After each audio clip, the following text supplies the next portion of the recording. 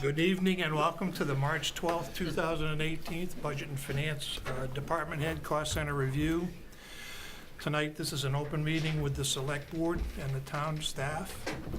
I have some housekeeping details I want to go through first.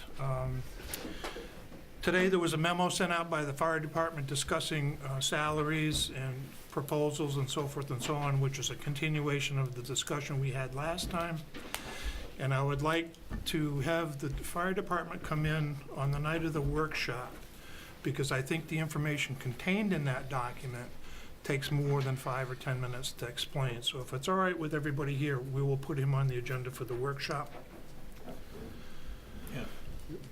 Second one, the minutes for the 27th of February came out this afternoon at 4 o'clock, and I frankly think it's too late to present those tonight, so I'm going to pass on those. And please stay on point. Okay, we're going to follow the agenda, A, B, C. Does she want to call Barry? Deb, you gonna call? No, I'm all set. Okay. Oh, good. Parks and Rec, you're up. Parks and Rec. You can be rec tonight? Is that? Okay. I'm the one that gets to sign the bills, I guess. The only thing we went up with on Parks and Recs that I was involved in is the mowing contract for the ball field on Mill Street. That went up to match what we're right now currently doing for mowing for the baseball field and stuff like that. I'm confused now. It went up at 19%. Parks and Rec Services Yeah, contract. there's a lot of paper rustling. I couldn't hear that. I'm sorry. The contract's fees and services is the mowing contract for the Mill Street ball field, correct? That's where I took that out of. 26. It is 305, yes. Yeah, It's more than mowing. That line is more than mowing. it's more than mowing, but that's the porta potties and the mowing contract for Okay. the ball field.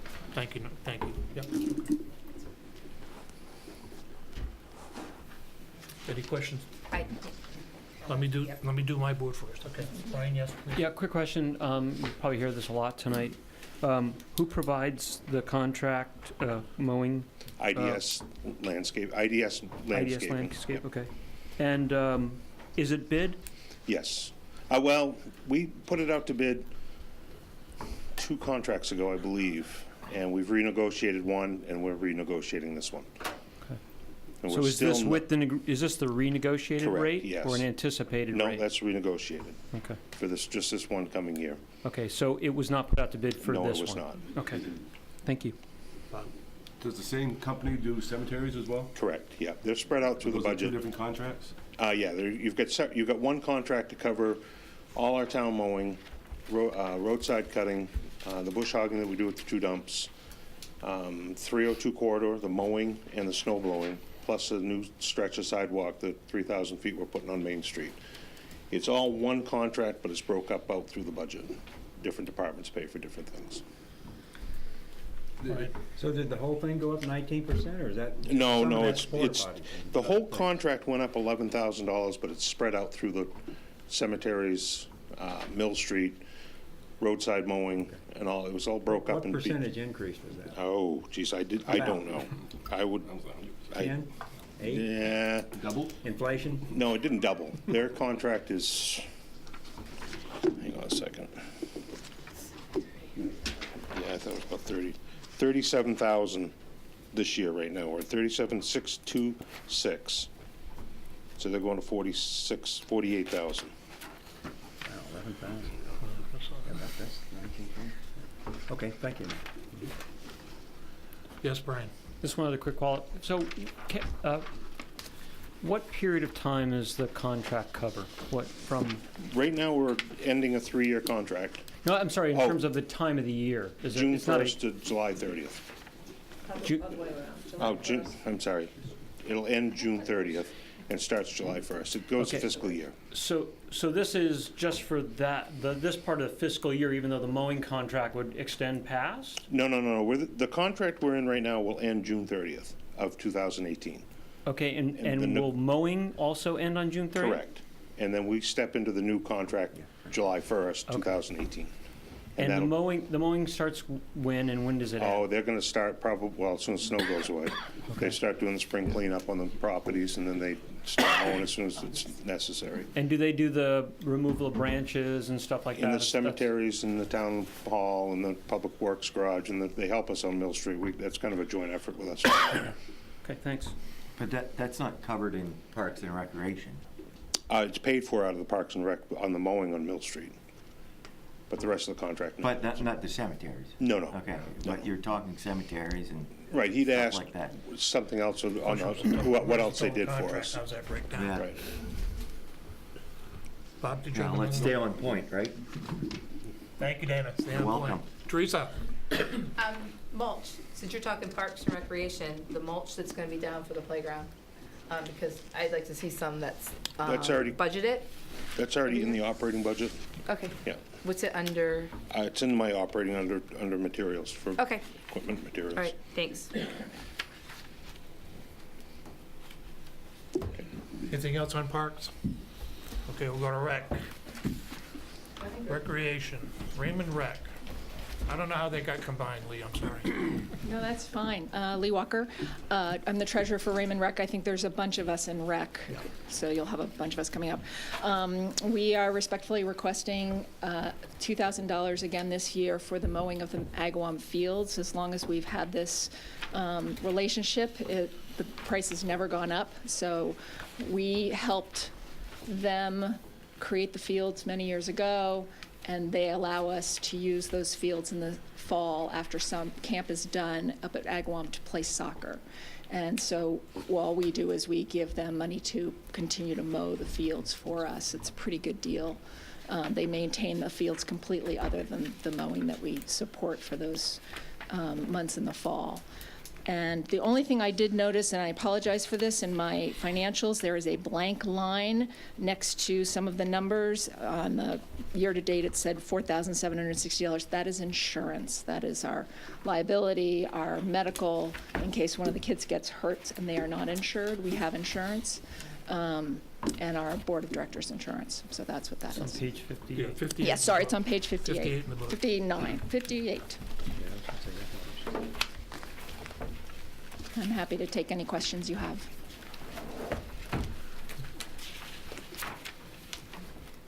The 2,000 for Agawam, is that in the contract that Nathan was just explaining? No, Or is it's that separate. That's It's separate. separate. Okay. Is that also with IDS? No, that's done by Agawam. I literally get the check and I pay it directly to Agawam. Yes. Dan. May I comment on that, Mr. Chairman? Camp Agawam offered Raymond Soccer a deal I thought was a great deal.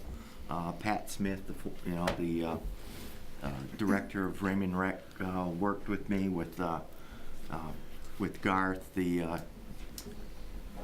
director of the camp at the time. And we came up with this deal that, at first we had a private contractor mow it, and it worked out fine the first couple years I was running the program, but it was more, they wanted to take care of their own facilities, so the $2,000 is a great deal Thank for you, what Dana. they're getting, so. And they're great fields, great Yeah, they are. facility, so. You're doing a great job, thank you. Thank you. Anything else? Yeah. My turn. Yeah, sure. A couple of wide swings in the page 58 document. Your program fees are up $6,000. Did you add a program or? No,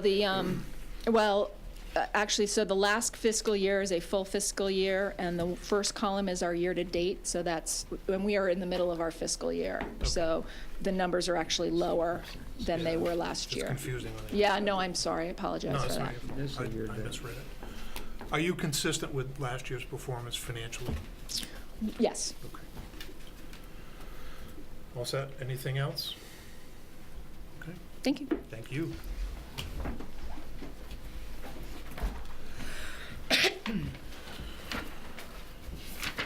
Next one would be provider agencies. I think we still have some rec. But you still You have, still have some. she's at baseball, Raymond Baseball, Raymond Rattlers. I had them under provider agencies. Let's go with baseball. baseball? Yep, please, thanks. Hey everyone, I'm Darren St. Peter. I'm president of Raymond Baseball Softball. We would like to have consideration for $2,000 for this upcoming year for our, budget purposes, and to help out with expenses. We had to buy new bats this year, quite a few new bats, because they went up on sizes on the bats, and there's some other equipment that we needed too. So, any questions? Go ahead, Joe. Darren, how come you haven't picked up your money from last year? Well, that Last was- time I looked at the revenue report, it wasn't picked up yet. Okay, I think Walt Manchester, the treasurer, was supposed to. So Okay. I can talk to Walt. Go get the money. There's Go get the money? $2,000 There sitting is? there. Okay. I'll Okay. send you an email. I asked him that in the last board meeting, so I'm like, where's the money? He said they Joe, haven't given Joe it to upped us it yet. from last. Yeah, Okay. we raised it 2,000 last year. Right. And then I noticed no one picked it up. Or at Okay. least that was the last report you sent out, Kathy. But they haven't. They haven't picked it up yet, so. Okay. So you want to pick it up before the end of this fiscal year, so. Okay, great. So it'll be like a bonanza for you. Yeah, exactly. We don't automatically issue checks, surprisingly. Okay. So in order to get the money, you have to request it. Okay.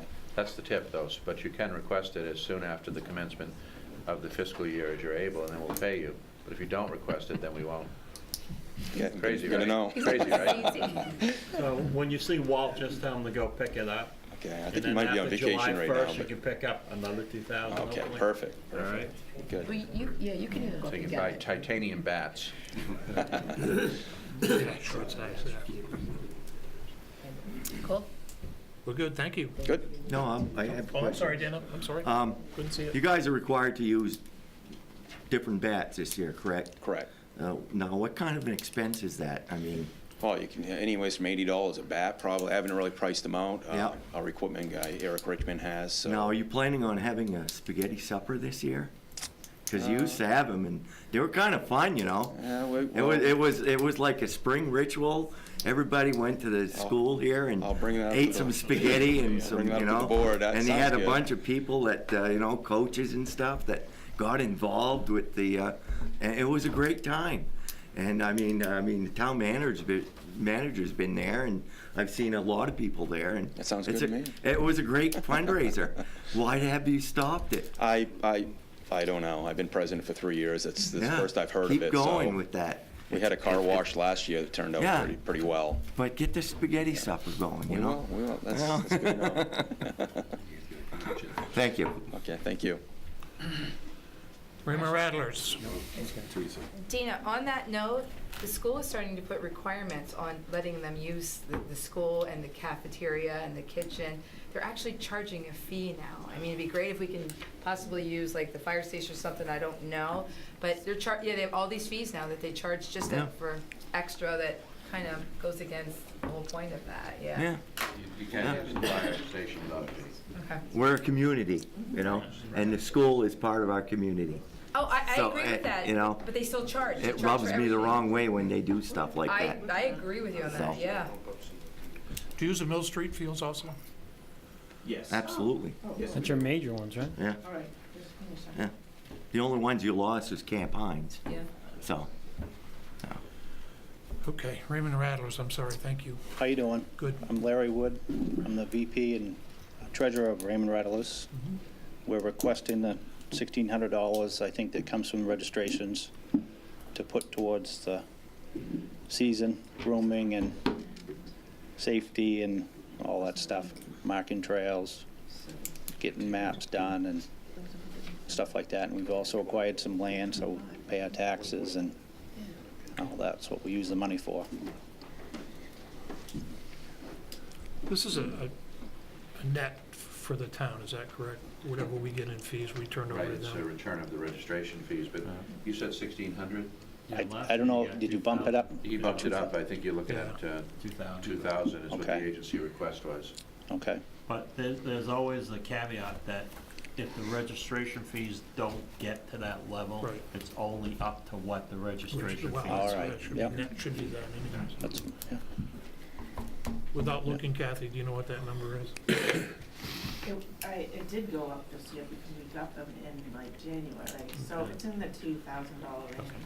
And it's been a banner year for snow, which is Yes. generally drives And registration. continues to be.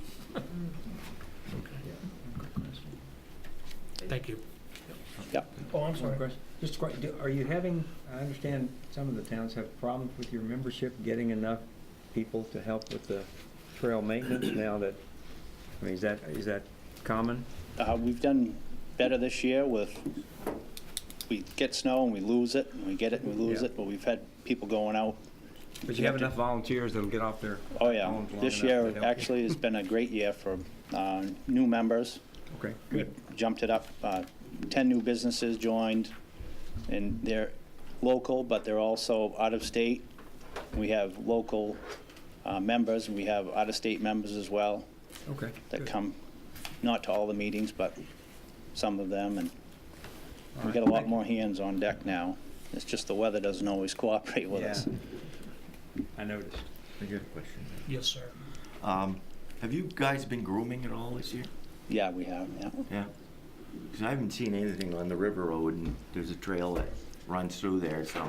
Yeah, I we didn't know if didn't that do trail much has down been there. abandoned or.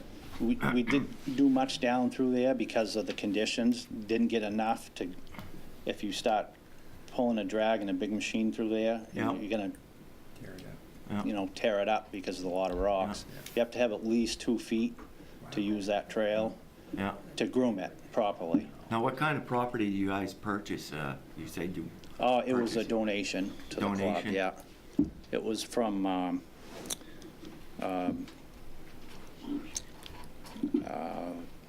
he lives over on the beginning of Valley Road, the corner of Valley And Road. what are you using it for? I mean, It was just a donation to us. We haven't really done much with it. Okay. It's kind of landlocked. yeah. There's nothing, So is there gonna be a trail on that, or? there is a trail there, Yeah. yeah. It's right basically on the pipeline, it's right at the edge of the Okay. property. And the pipeline, the power line, and the gas line are all, Now, is that part of Right through the groom trails, or? yep, that's part of the main Okay, pipeline trail. thank you. Yep. Anything else? Yes, Brian?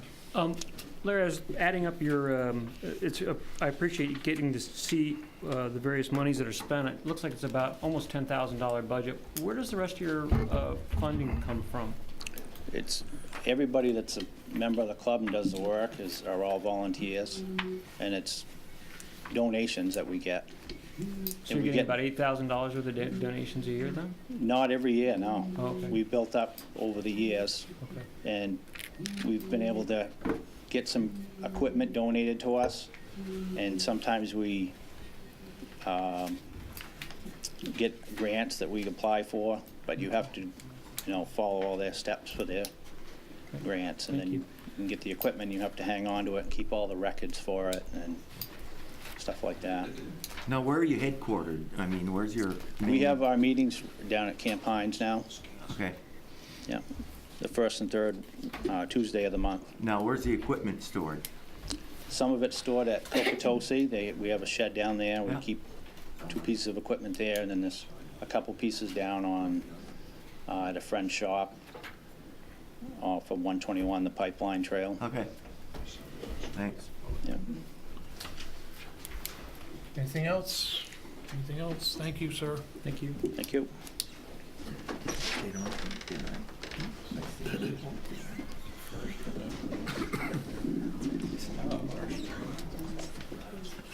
Next one I have on my list is Raymond Historical. Mr. Arte.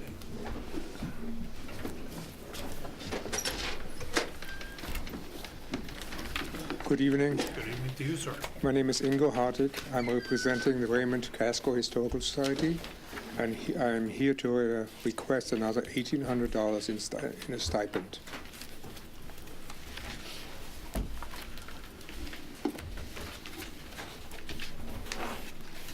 $47.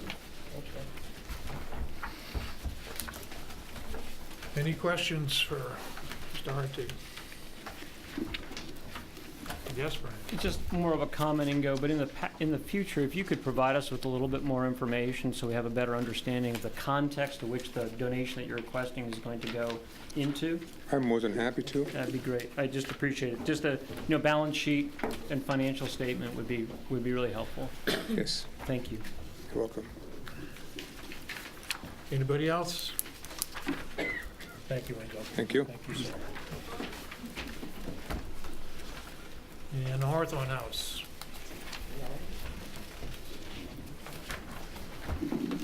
Good evening. evening, sir. Abel Bates, one of the trustees of the Hawthorne Community Association, and I'm here to request the annual stipend of $1,000 to continue this year for the maintenance of the house.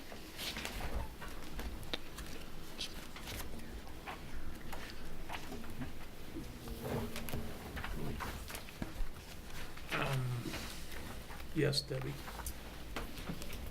We gave you, I think it was $1,000 last year for that. What kind of maintenance did you do with that $1,000 last year? Last year, we didn't have any extraordinary expenses. Our big expense is when we have to paint the house. And When you have to what? repaint the house. Oh, repaint. And that's a very big expense for us. What we have tried to do in the past is paint one side each year, and that runs us somewhere around $2,000 per side. To paint? Yes, to scrape, prime, and paint. And it will be probably another 2 or 3 years before we have to begin that process again. In the interim, if we have any kind of major expenses, like a furnace breaks, we have ongoing expenses, pumping the septic tank, doing the lawn maintenance, interior painting, water heaters go from time to time. We're trying to build up a capital fund so that we can cover these costs when they arise. I got another question. Yes, Debbie? Excuse me? Now, my understanding is this does not belong to the town, this Hawthorne House. It belongs to 3 other people that own this No, building? No, it's not 3 other people. It belongs to the Hawthorne Community Association, which is a 501c3. Yeah, 501c3. Incorporated nonprofit. Yeah. Okay.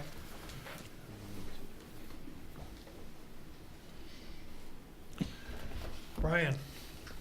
I just wanted to make a comment, Mr. Bates. Last year when you came to us, one of the things that we had said was, what's the value that you bring to the town? And it seems like, first of all, you've done an amazing job of doing everything in a positive in terms of dues being up, the donations being up, not including the towns, the Strawberry Festival. I know that there's been a number of meetings that have been held at your facility that have been with town organizations, so I just wanted to commend you for what looks like a really nice trajectory in terms of both your association and your involvement in the towns. Well, it is on the town website as well. I mean, it's an advertisement for the town. It's a historical building.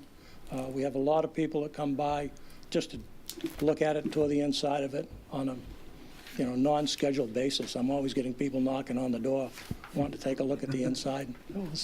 And we have some plans this year to do a few more outreach types of program for the community. We started last fall giving yoga classes, which was very well received, and we ran that up until we had to start heating the building, which wasn't very cost effective.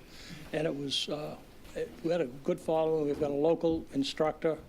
We're keeping the prices down, and we really think that this summer, once the summer folks start coming up, that we'll be able to offer a number of yoga classes and hopefully pad our treasurer just a little bit that way. And of course, anybody in the community obviously can come and partake in the yoga classes.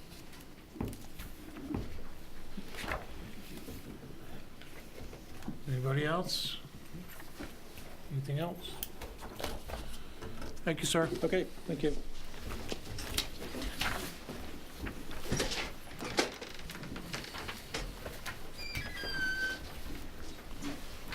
Okay, the next one will be American Legion, and I don't think anybody's here to represent the American Legion. This is a $400 request for flags for the cemeteries, for the veterans.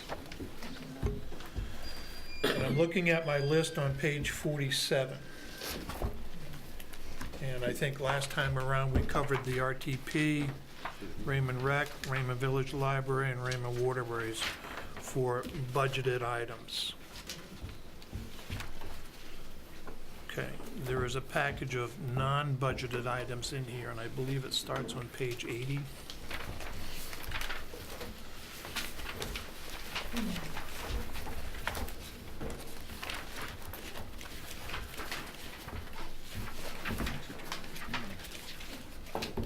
I'm not sure anybody has any emotions on these one way or the other. We can run right through the names real quick. Don, you might be in a position to answer some of the questions if they're out there, but the first one is Health Equity Alliance. I'm not even sure I understand what that does. I don't know them. Okay. Next one is GP Cog. We've decided. I know them. I'm recommending no on GP Cog because of the substantial dues increase, and with some research, it's going to double over 2 years, and so I think they do some good, and I think that they have been useful to the town in prior years. The focus seems now to be more on traffic and road, federal road work and grants related to the same. And I think it's a great benefit for the greater Portland suburban area, less so to us. The major thing that we see from them would be the salt bid, and so we found a way to replicate that with the DOT. So I don't wish them any ill will, and I think they do a good job with what they do. But I think the focus and the emphasis has shifted away from the things that we're more interested in. We were a participant in some of their planning services, which will now substitute with services from Sebago Technics, private sector services. So I'm not recommending them. Okay. Any questions on that? Any issues with that? Yes, sir. So what are we getting the salt for? What are we getting it for? In other words, are we getting, you said it's... We're getting it through the DOT Is it about the contract. same price, or, I mean... Well, I'll let Nate speak to that. Okay. We haven't got our bid prices in yet, but if you look at the trend over DOT's bidding and the GP Cog bidding, it should be right about the same. Okay, all right. It has the potential to be a little bit less. They would tell us that it has the potential to be a little bit more. Yeah, because they said they were saving us $7,000. No. Yeah, well, we'll see. Okay. We think we're going to be right on this one. All right, so we're observing as we... Right. Okay, all right, thank you. Next one is Southern Maine Agency on Aging. I'm sorry, Brian, go. Yeah. Just quick questions on, one of the things they also talk about in the salt sand was the administration costs of that. So when you look at the DOT, that includes their administration costs as well? There is no administration cost to DOT. They're felt, Okay. all they're doing is supplying the name to the contractor that's supplying the salt. And then you do the So we will rest be of it? contracting with either Eastern Salt or Morton Salt, or whoever is the low bid. And the administrative time on that is negligible for you? Okay. Well, what they're doing is to be fair, I mean, both entities will be issuing a bid package. The difference is MDOT doesn't put a surcharge per ton on theirs. Okay. So they both have to do a bid package and get competitive proposals. But it's not like there's an incremental cost for that that's not being MDOT offers implemented. it to municipalities in Maine at no add cost. And then the other things that they outline, and I don't need to go through them on the GP Cog, you're not seeing the value of the things that they say are their value. No, I'm not saying that they don't have value. I'm saying that because of the significant increase, doubling over a couple of years, I don't know, is it doesn't meet the Raymond tenet of, core service, first Right, right. issue, and we can replicate it through other means. Okay. And I think their focus has moved more into the traffic management area and traffic, the PACS area. And I think that's great, and I think it will benefit greater Portland suburban communities significantly. But I'm not so sure we're going to see much. Nate was on that committee. What do you think, Nate? We're too far out. There's just a little corner on 302, which is a state-maintained road that falls into that pack, so we'd never see any benefit from that at all. Okay, great. But so they are doing a lot of good, but Yeah. more for the suburban communities, I think. And they're trying to figure out something, and they had these listening sessions where they came out to the Lakes region, and I told them what I thought they should do. A number of other Lakes region town managers did that. I'm not sure that they've done that yet. They may. We could always consider it another year. Okay. I think a couple other towns are actually also considering non-membership. I have heard, so we'll see. Okay, thank you. Anything else? Southern Maine Agency on Aging. So this is one I have some passion for, Mr. Chair, if you want me to talk. Or... Let her rip. All right. So you guys got some information on this one, I hope. From from me.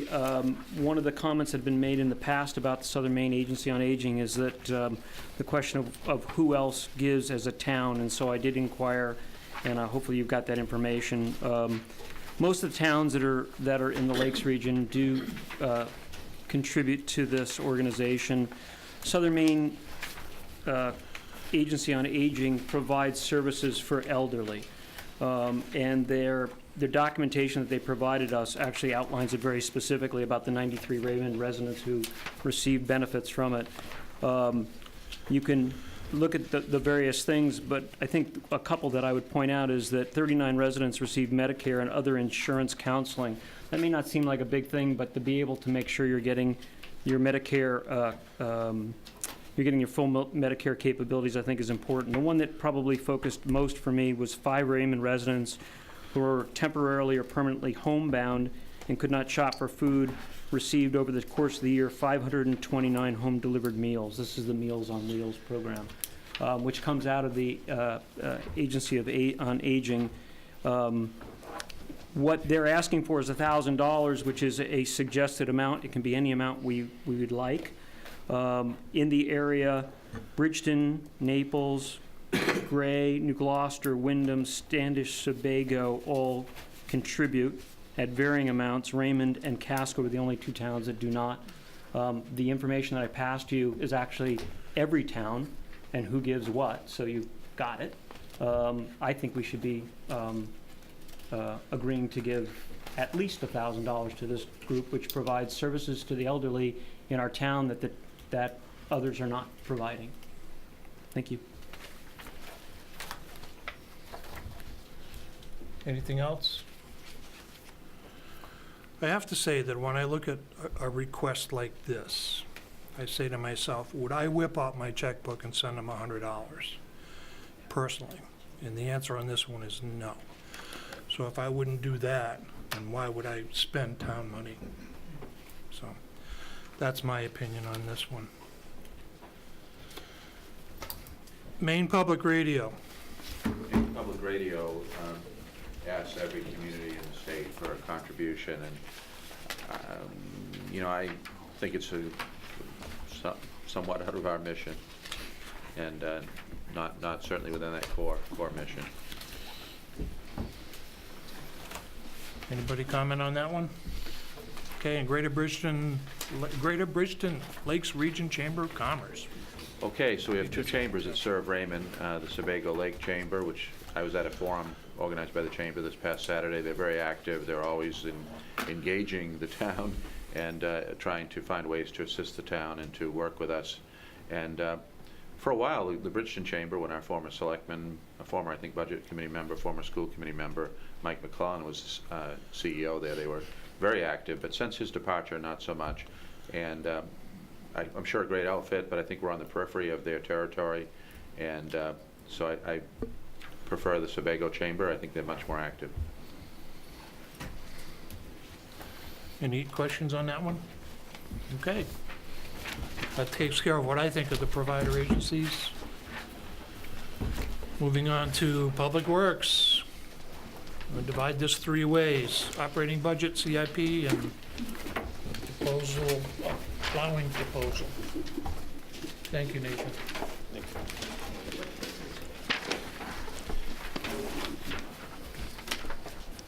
On the operating budget, basically, other than we went up on salaries. 22.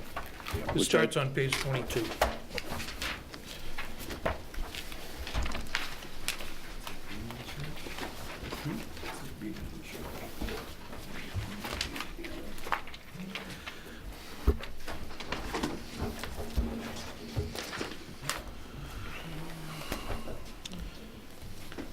Ready? Yep, thank I'm going to you. go over the stuff that I have control of.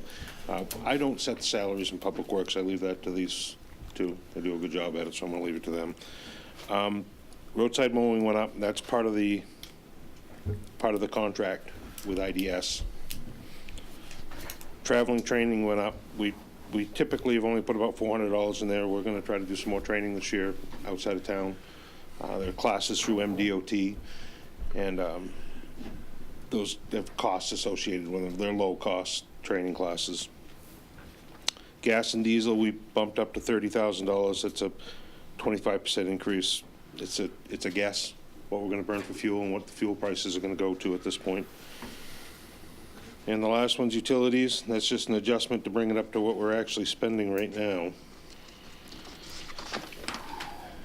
And the last one was the plow contract right now is anticipated to go up $4,800. Now, right in the middle of negotiating with P&K, they're going to give us back somewhere between 6 and 7 miles. We haven't really hammered that out yet, but we're going to be seeing somewhere around about a $30,000 savings from the contract, somewhere between 25 to 30 grand, depending on what we take back and what we do. But I put the contracted amount in there for a placeholder for us. And the other item is salt. I'm adding 200 ton, which will bring us up to 1,200 ton of salt. It's going to help us clean the roads up a little bit better at the end of the storm. We are adding a little bit more salt at the front end of the storm. We've had, over the years, traffic's increased quite a bit, so we've needed to keep the snow from bonding to the road. And that's it. It gave me an overall of 2%, my budget, I believe it was.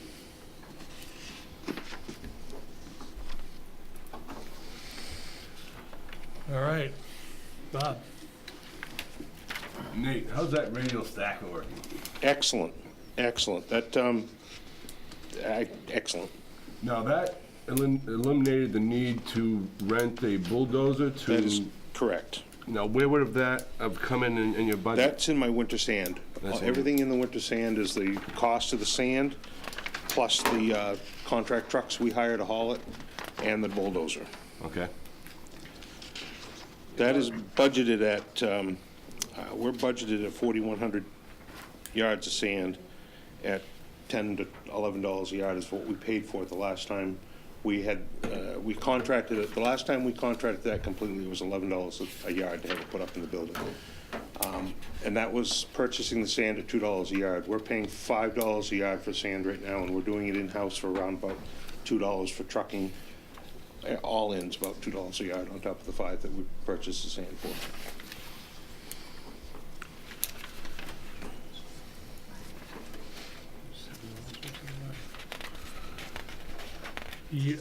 Debbie? Nate, all you guys are done on the merit pool now, as far as, Correct, yes. Yep. so, as far as their pay and stuff, Yeah, it's by merit. by merit, yes. Don? I was just going to say on the stacker came from the state surplus. Yep. And so if you haven't seen it and you drive down, take a look. It's, we initially we were very thrilled with it, obviously. We got it there, and then of course it wasn't exactly what we thought. And so although things are, as is, where is there, but through Nate's efforts, he was able to get the state to make good on the engine. So basically now it has a new engine in it.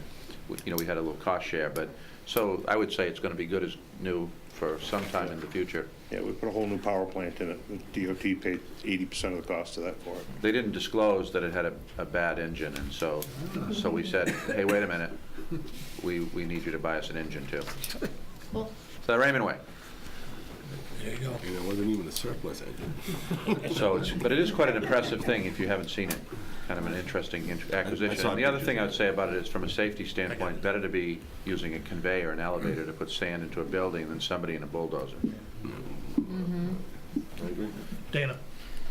Yeah, the stacker, Nate, was a great idea. I mean, it's, looks like something out of Gold Rush, Yeah, we haven't found any gold yet. I'm We're waiting still for the digging. trommel to come in, Right. But, it's, I mean, that should have been bought years ago. We tried and- buying and- one a couple years back, and we ran into all kinds of trouble. There was another DOT Yeah. purchase trying to Yeah, get it well, back, and yeah.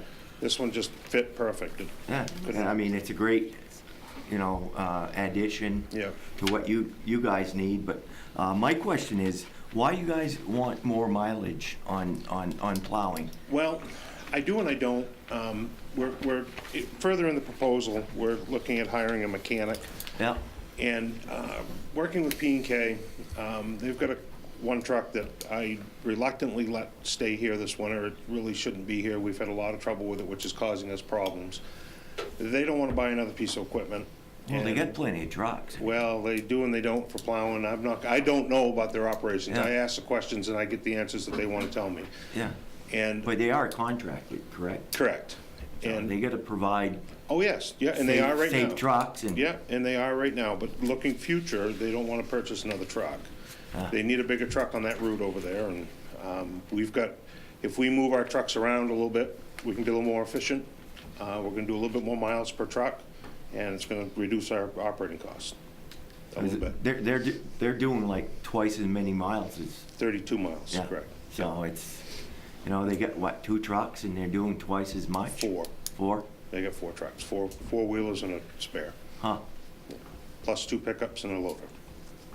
Because I've only seen two Yeah, two they've got trucks 2 on winter. this end of town, and there's one on 185, 121, and one on Raymond Cape, and the pickup does all the side stuff. Now, is Maine Earthworks part of that too? No, Maine Earthworks is a contractor with the town of Gray. They're doing the Brown Road and Gore Road side. Yeah. With a deal with town of Gray. Yeah. They're hauling out of here instead of having to come all the way around the lake. Yeah, for I the mean, sand. are we charging them for the dirt that we're, Gray taking? supplies their sand. After the storm, town of Gray hauls the sand back by their count, okay. and I think one. 'Cause I've seen them fill their trucks there. Yep, yep. I get a report. And I was out. wondering Yeah. if that was like a subcontractor No, to P&K or? No. I didn't know, so. Well, actually, it's kind of funny story. That truck that you're seeing, Maine Earthworks, used to be the P&K spare truck. Yeah. And I don't know, there was something going on with Maine Earthworks and P&K, there's some connection there, and that truck's been kicking around for a couple of years, but he's not gonna be doing the contract over in Gray this year, so I don't know where we're gonna get another, what they're gonna do, but at this point, that worked pretty good for us. They were out of our way. And I don't see any reason to stop it. It gives them a quicker response to this side, and that's taking a load off from us, because we used to have to chase fire rescue down onto that side because of the timing from them to go back and get a load of sand. I just like to see P&K stay as our. I would too, and this, and know. part of this deal we're working on, they want to give us the whole town back. They don't want to do it anymore. They got trouble hiring people. They truck for them. For us to purchase this truck, set up, is around 200,000. They're looking at 270 to 280 for the same truck. Yeah, but most of their guys, Nate, are laid off in the winter. No, they're not. A lot of them are. No, they lay off their laborers. There's not much construction work going on in January and February. They're wide open right now, and that's part of the problem. They can't hire people. There's nobody to hire. They've got a permanent help wanted ad right now. For drivers? Drivers, equipment operators, Laborers. whatever they can get, they just can't hire anybody. There's a shortage for that, and nobody wants to plow snow. That's part of the problem. Nobody wants to work in construction all day over there and then climb into a truck and plow snow for 17 Well, they'd 18 rather take their unemployment checks Well, and that do may be, nothing right. all winter. Did you have a comment on? Oh, we've kind of gone by it, but I was just going to say on the whole thing with the earthworks, we did immediately, the first time that truck went out, pretty much, we got a concern raised about it. And so there are people watching. And but I would say that I think Nathan's very good working with our neighboring towns and working out arrangements that are mutually beneficial. So this is something that is accounted for, mutually beneficial, and we try to partner and work with our neighbors. And so, but we got a call right away though that, what's this truck? Why is it filling up? Which is a great question. It really is. Neighborhood watch. Brian?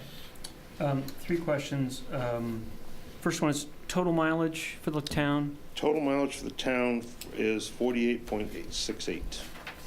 Great, thank you. The second one was on your gas diesel increase.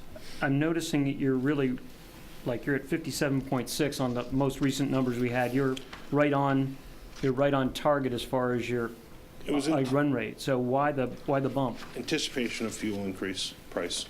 We're at, top of my head, I think we're $1.80 for diesel and $1.60 something for gas right now.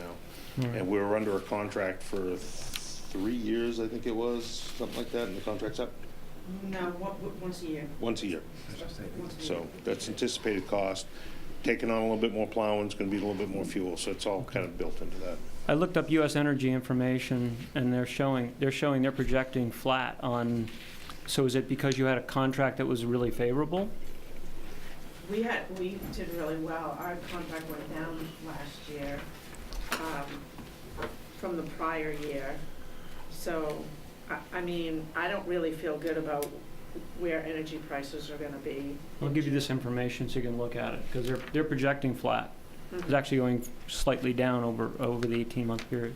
It'd be good. Between That'd be awesome. So, and then the last question was on salt. There's this, we live in a lakes region, so I'm just curious about this balance between safety and people on the road and salt, which tends to be, it ends up in the lakes. And I was wondering how you manage that. Well, right now, and that goes back to part of the reason why the contracting versus in-house. If we bump the salt up, we obviously got to pay real close attention, because too much salt is a waste, not enough salt is a waste. There's a fine line right in the middle. We can't calibrate P&K's trucks, and we can calibrate the newer trucks as they come along, that you can tell how many pounds per lane mile you're putting out.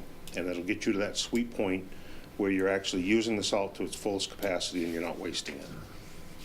Okay. The complaint we get, Brian, is actually the opposite complaint, that we're not using enough salt. The towns around us, many of them are using what's called salt priority, liquid calcium. We don't do that. And so I'm not saying that we're not using an adequate amount, but there are alternate methods that are being used in towns that have lakes that are, I think, an adverse impact, and we haven't gone to that. Good. I guess the We don't logical, intend to go to that. why haven't we gone to that? Cost. Now, it's not so Strictly much, cost. Well, it's cost not- of the it's not- trucks, it's- cost The of- biggest thing is the trucks. I can't calibrate the trucks. We've got the 2015 we can calibrate, and the 550 we can calibrate.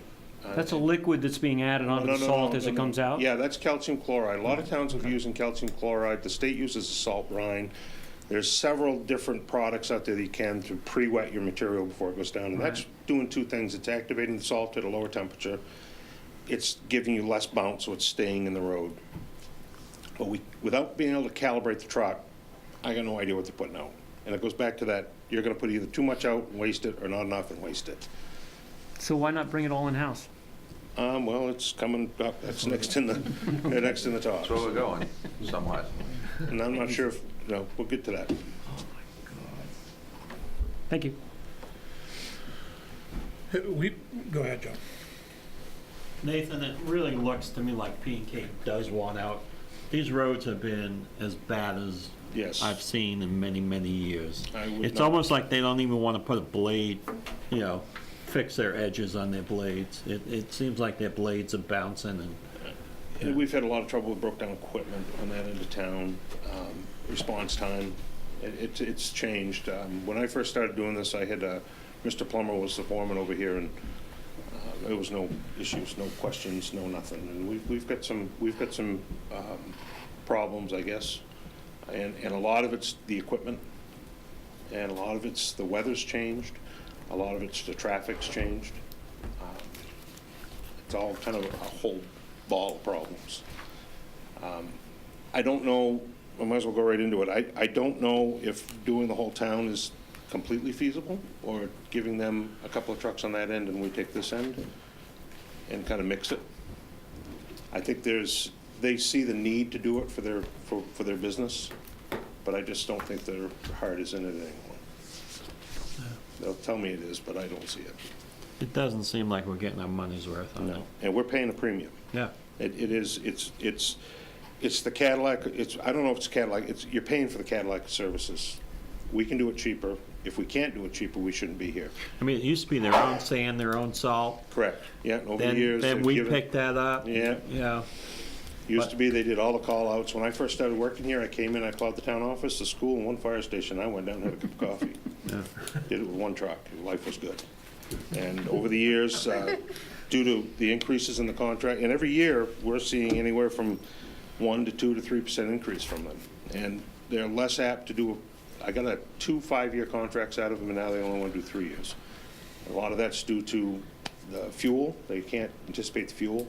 I didn't like the fuel escalator they had in there. It didn't really work that well for me. But the bottom line is the cost. But they're using the same trucks they had 20 years ago. Correct.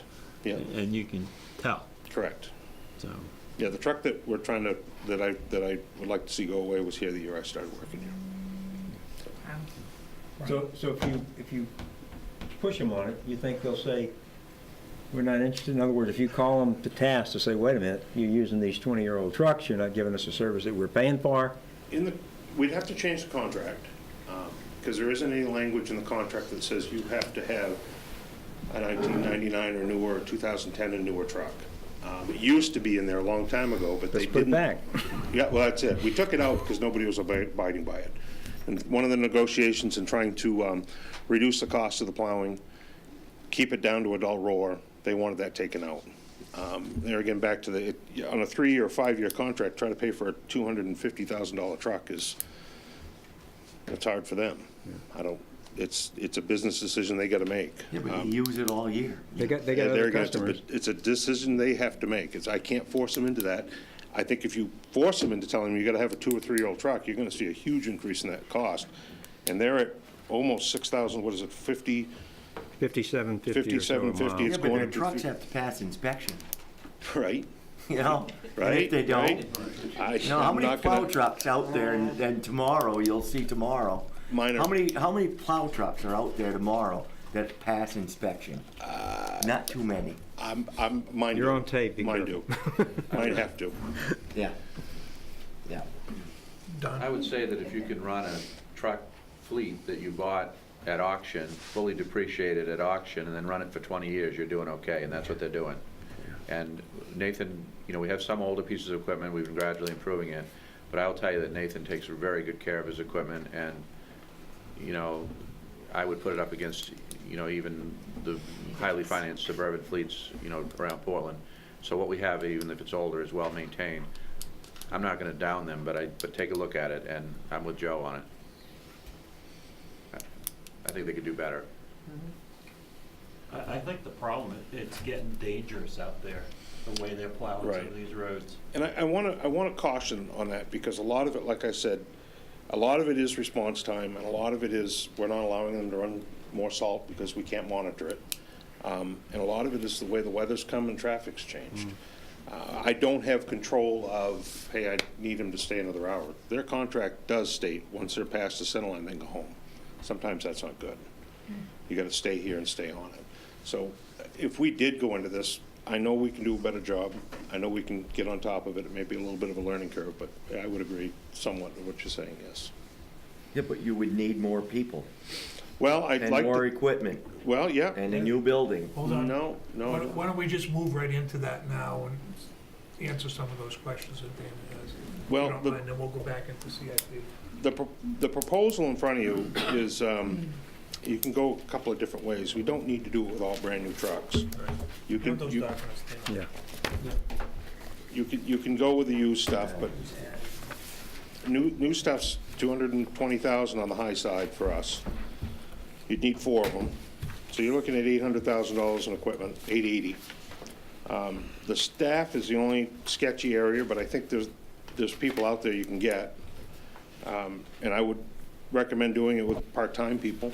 The fire department's running into some issues with staffing, and I talked to Bruce briefly about it, and that's an avenue we can take. That works for some towns. I don't need this much staff year-round. We do have 2 part-time positions right now that you could move to full-time, use them for plowing in the winter. You've already got them there, so you're only adding half the time. You add all that up together, we're coming in at around $4,700 a mile. It's $1,000 a mile savings. And everything in here has been fattened up a little bit on the numbers to make sure I had enough.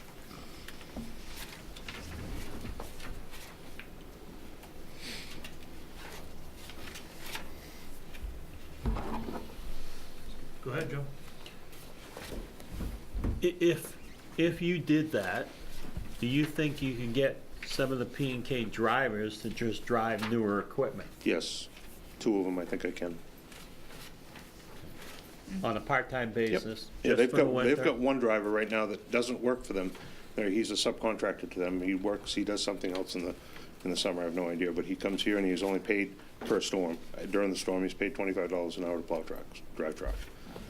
And when it stops snowing, he goes home. All I gotta do is find 2 more of those.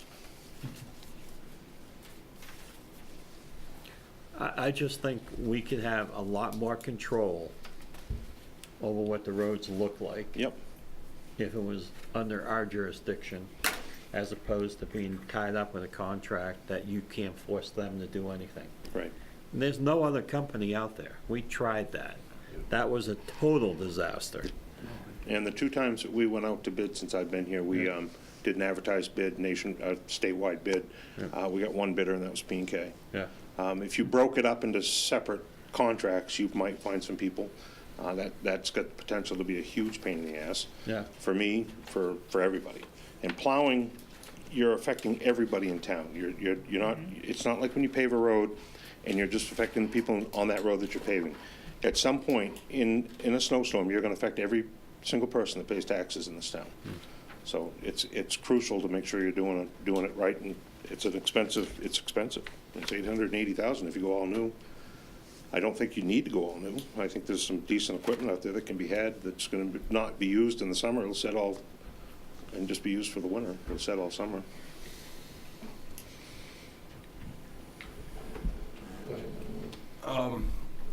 I guess the nice thing is that the roads are in good condition, that if we decided to take over the plowing, we wouldn't be subjecting our equipment to potholes and, I haven't been throughout the town, but at least our roads are in good shape that if we get the equipment, Right now, we're plowing the worst road, the highway department's plowing the worst road we have is Route 85. So yes, It's a state road. it's a state road, correct. Right. I can't even get a pothole anymore. They come out and tried to fix a couple of potholes and gave up. They did it twice, and it's still not stopped. Right. That's why you don't drink and drive. Right. Because you'll spill your drink. There's a couple of things that bother me on this one, and one is the ability to hire people when you need them for what That you is, need them for. that, out of this whole thing, that is my biggest concern. And I don't have an answer for that. In talking to Bruce, and I think there's some chance of that to work for us. If I could get it to work, it would be fantastic. It'd be good for them, it'd be good for us. That is my only concern, but we're running into the same problem right now. The people that they're getting to drive the trucks aren't trained. One guy just got his license 2 days before the snowstorm. That's been a disaster. And it's hard on our roads because they're damaging our roads that we've got to fix. The other thing that bothers me about this proposal is that the maintenance on this equipment takes a beating. And Yes, it does, I think yeah. the maintenance could be a knee breaker at certain points in time. We've got it down to a pretty good science. We don't spend a lot of money on maintenance on these trucks in the big picture. We take really good care of them, so we're not having the big problems. If you go all new, they're going to be warranted for a couple of years, and you just stay on top of it when you start out new. And if you go used, you bring it in, you go through it bumper to bumper, and you make sure it's ready to go. The abuse the truck takes is mostly on the driver. If you got good drivers, you're not going to have the problems. And you're gonna fetch into a stump or something once in a while, bend a push arm on the wing, but they're designed to take the hit, so they fold up. It doesn't really damage the truck. The real hard abuse on these trucks comes from a cowboy driver or something like that. That's just hard on equipment. They're gonna be hard on a car or a pickup and hard on a plow truck. What do we do with this equipment in the summer? Well, the old sand salt building, we're gonna store it inside there. We recovered that building, and that's dry storage. If you hire the mechanic, that's gonna be his job for the summers, to go through them, make sure they're ready to go, get them all set to go. So in other words, we have no use for 4 pickup trucks in the summertime? 4 dump trucks, no. We use 2 primarily in the summer. You're gonna save money too in the winter hauling. We hire 3 trucks when we haul sand. That's anywhere from $65 to $75 an hour, depending on who I get. Got one last year, it was 85, because I couldn't find one. And that adds up pretty quick.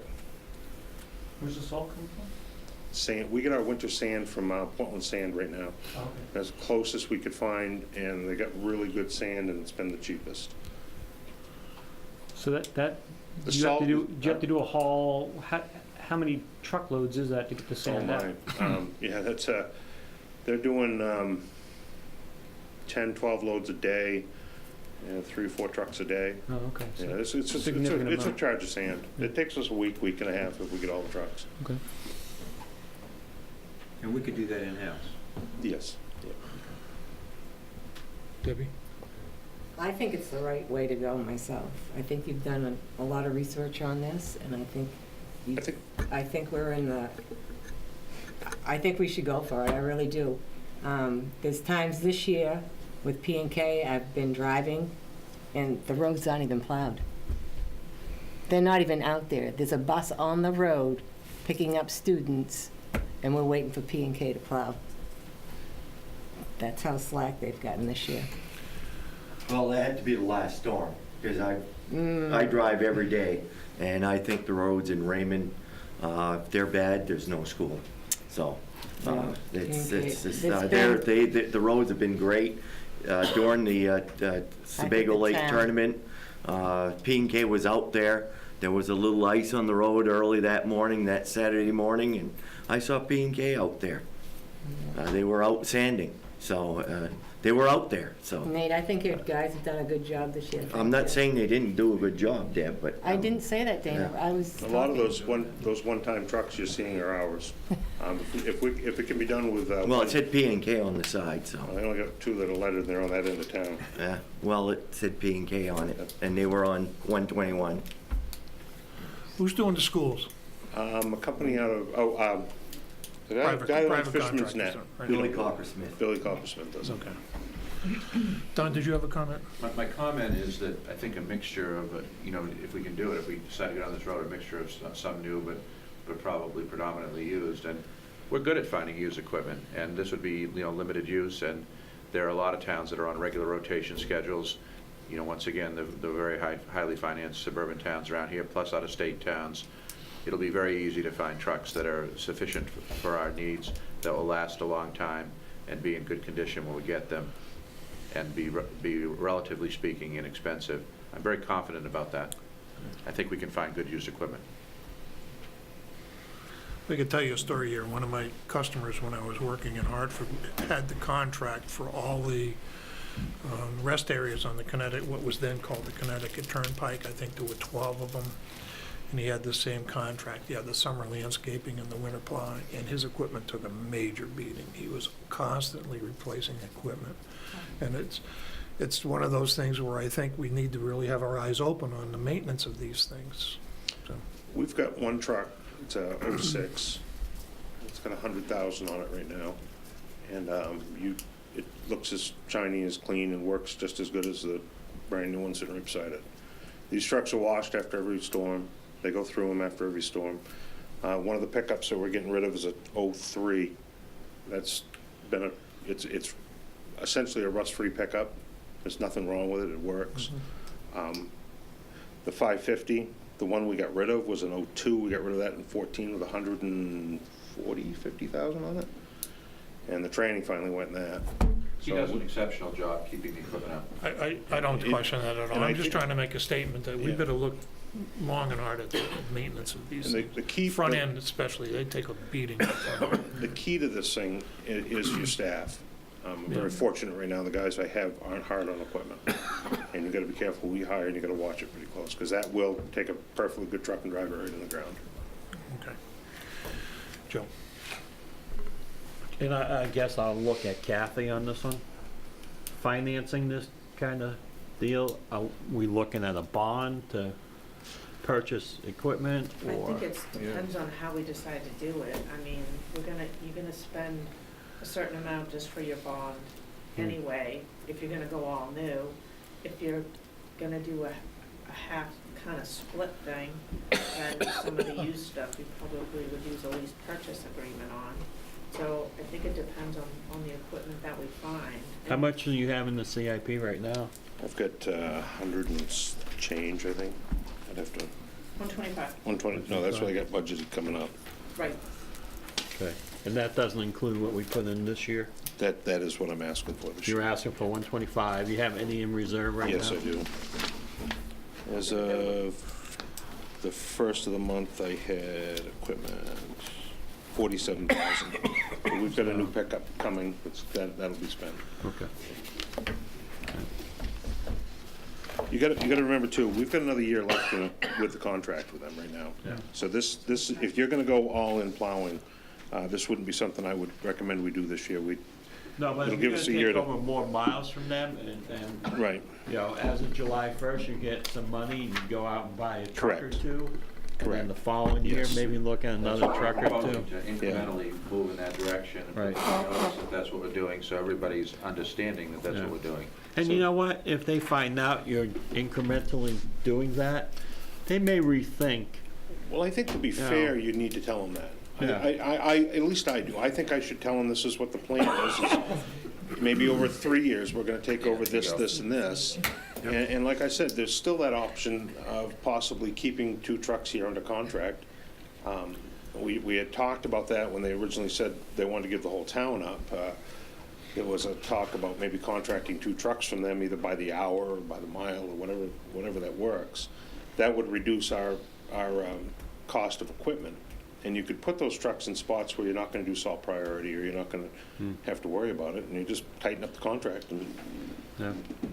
So I think there are options out there that, because this is the first year I remember thinking, these roads are horrible. Yeah. Yeah. Well, we've had the last 3 years, so we've had some really rough starts with them, and I pulled it out of the contract, having all the equipment set up by a certain date, because I was assured that that wouldn't happen again. And for the last 3 years, the first 2 storms, we had 1 truck from them. And we're scrambling around, and even though they were just little scud storms, we're scrambling around trying to cover everything before the buses get there. You know, and we can easily grab 121 and 85 on a situation like that, but to get up around the mountain in North Raymond and Raymond Cape is it's a different game. Our trucks aren't horsepowered enough to go up that way really decently with all the gear hanging on them, and it's a different game for us. Yeah. Anything else? Yes, Dave. No, I think Brian had. Yeah, Brian has a question. Yeah. We okay with the CIP? CIP, I'm asking for $125,000. We would like to purchase a used front-end loader, and I want to replace the 03 2500 pickup that we have. We're going to move that up to a 550, something a little heavier. That'll give us a total of 219, I think it is. 215, something like that.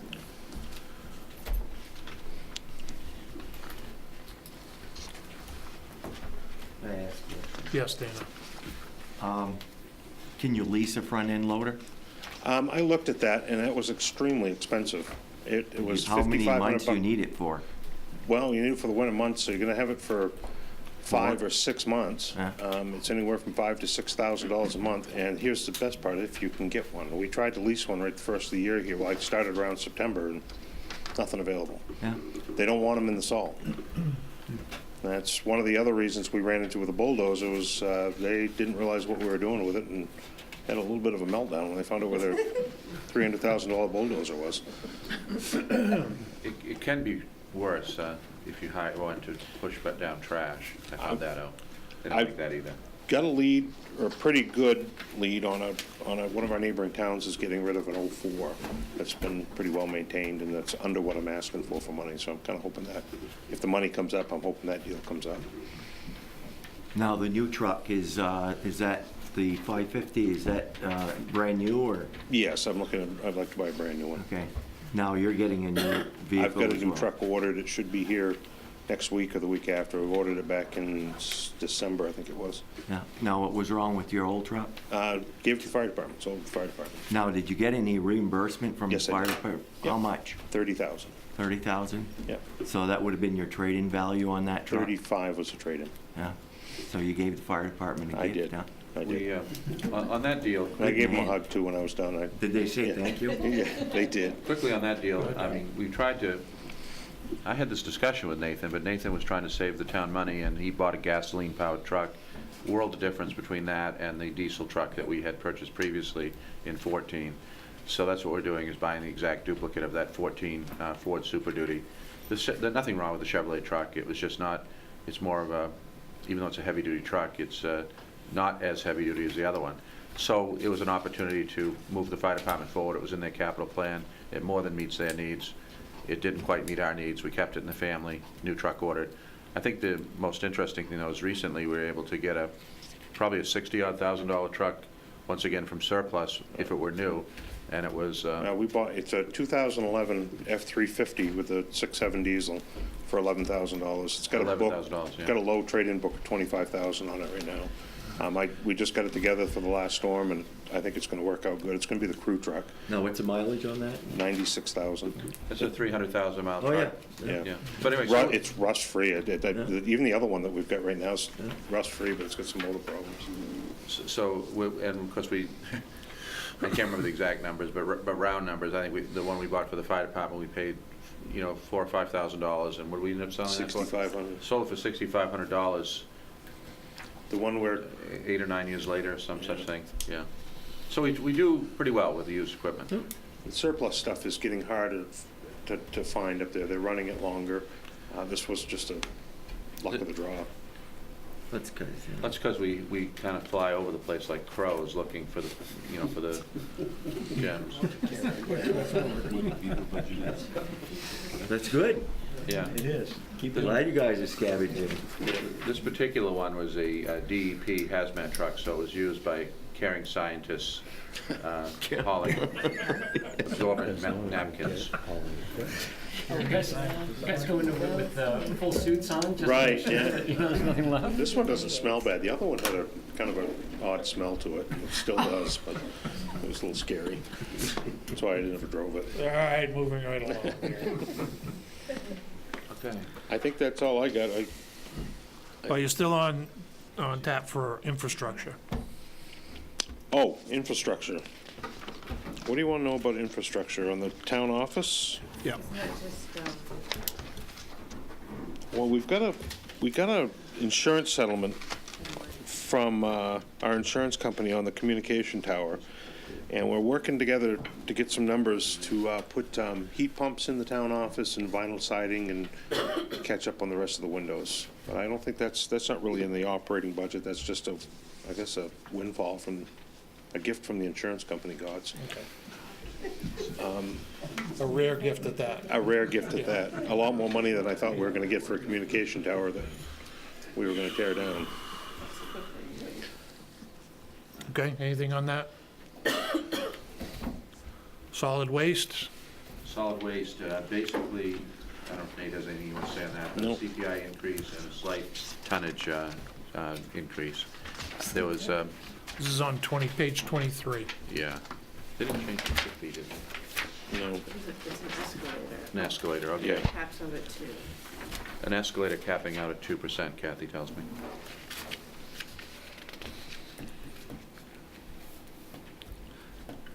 We still with MWAC? Yeah, we are, Dana, and that's another outfit I think that's, I've had an opportunity to go to some of their meetings, and they have a new executive director, John King, and So the longtime leader's gone? longtime leader's gone, but the ethic there has been one which is amazing to me, that they a lot of those plants, Perk, Merck, when they were operational, were, I almost call it almost like a bait and switch. They give you the low tonnage per ton cost, and then a year or two later they find all these issues and problems. They've been very stable, very much on budget and very frugal, and so I've been impressed with them, I guess. So we're good with them?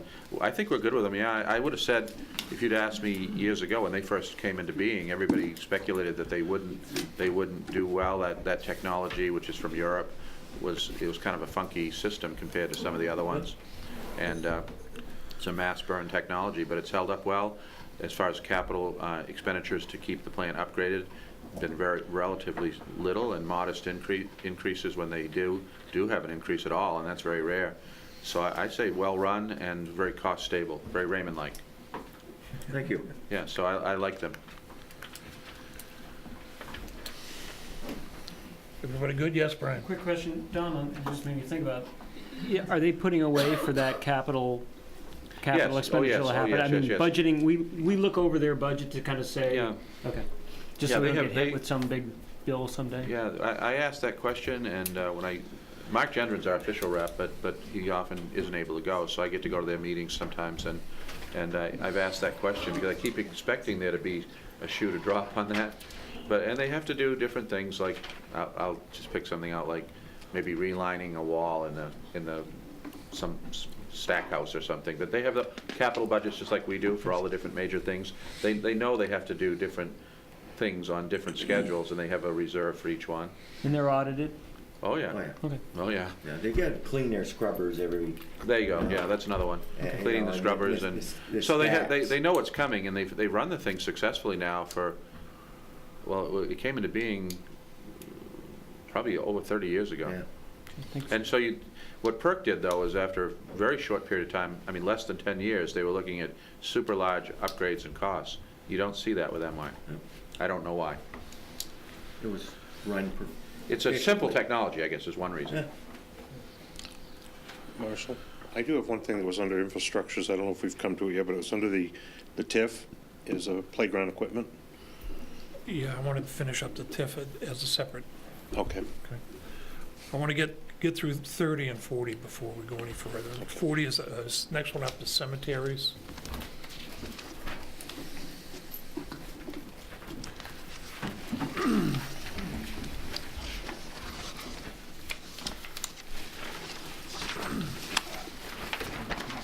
Page is that on? Page 25, cemeteries. I'm sorry, page 25. I could find the TIF to last. I can find the TIF for you. Yeah, 28 is the tip. thank you. 28. No, 25 is the cemeteries. Well, I'm Looks gonna have like to there's wait. some shifts on that, so. I've got, yeah, the only increase that I have on that is the mowing. Okay. That's gone up by $7,400 on the cemetery mowing. That includes that back piece at Raymond Hill. It'll be mowed probably this year. Yep, okay. I didn't realize that stone cleaning is part of perpetual care, is it? Yes. Yep. Yep.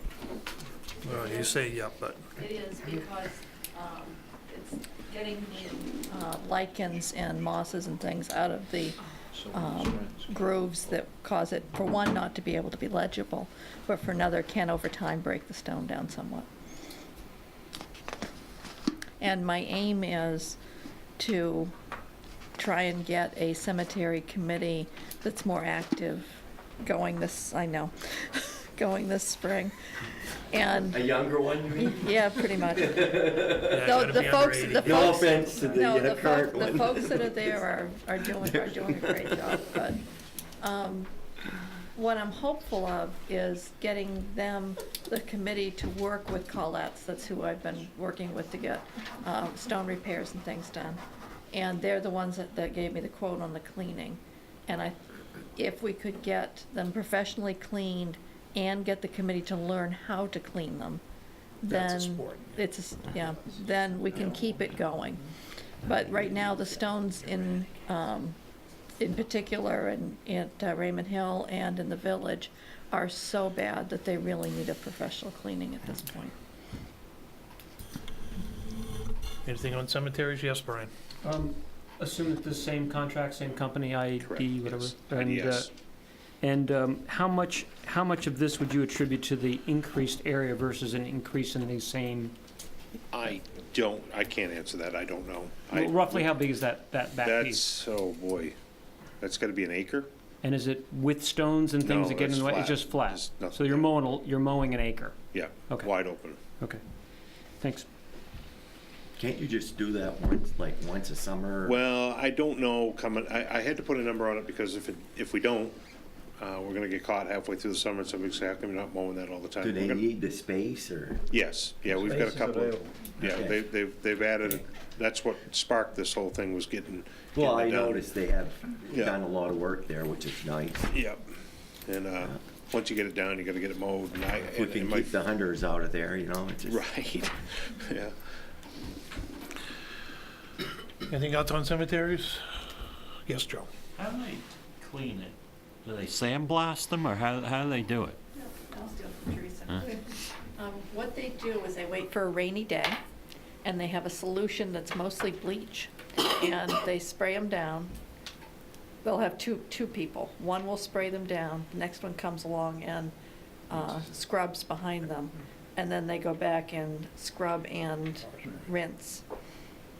But they have to do it while it's wet. They don't want the bleach to dry on the stone, because if it does, that can cause more damage than the lichen's doing. Because I remember, like 20 years ago, we had volunteers that did it. They did the entire, all the stones. Janet Gower, Oh, yes. yeah, she and her husband did it.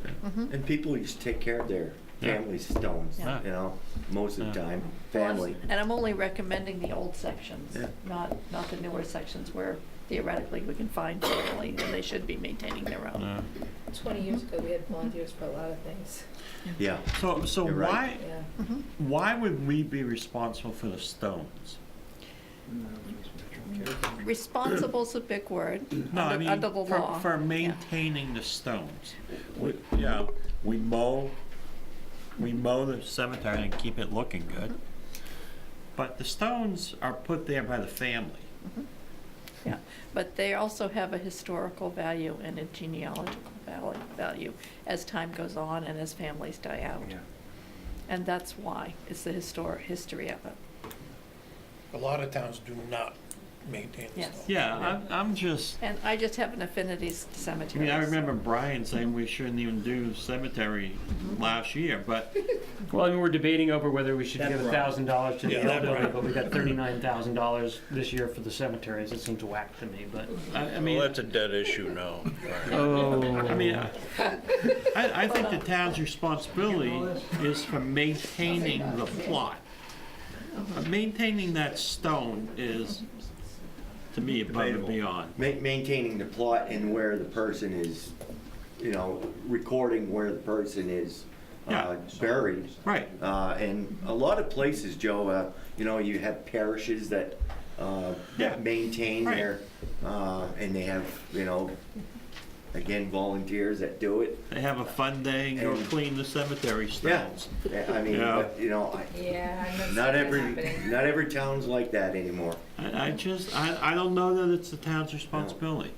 And, you know, when you're looking at a few $1,000s to do it, Yeah, you're right. I just don't, It was, they I'm not quoted- sold on it. They quoted 3,500 to do all of the old section of Raymond Hill. And last year, they fixed all of the broken stones that were up there. There were a number of broken headstones of the old type that don't have a foundation under them. I guess it's gonna be professionally done to keep the headstone intact as far as being able to read who's, But the family buys the headstone. yeah. It's not the town that buys That's it. correct. So Yeah. if the family's gonna buy anything, then it's up to you to maintain it. Unless you donate to the town, I want my headstone maintained, then, you know, I'll pay for it. Here's however, you know, a couple of $100 to clean it. But I'm not sure it's the town's responsibility. Well, after 100 years, the family is not there anymore in many cases. Well, I'm getting cremated, so, Yeah. yeah, I'm not gonna worry about it. I don't want my kids to worry about cleaning my headstone. Yeah. And the newer stones on the whole don't require this much. It's the old white stones, Yeah. the stones from the 1800s that don't have family around anymore. I still So don't it's think, the- it's a I still history. don't, you know, we give $1,800 to the Casco Raymond Historical Society. If it's a historical value, it might fall on them to say, this has historical value. I just don't see the town having to do it. I don't know, it's just me. Sorry.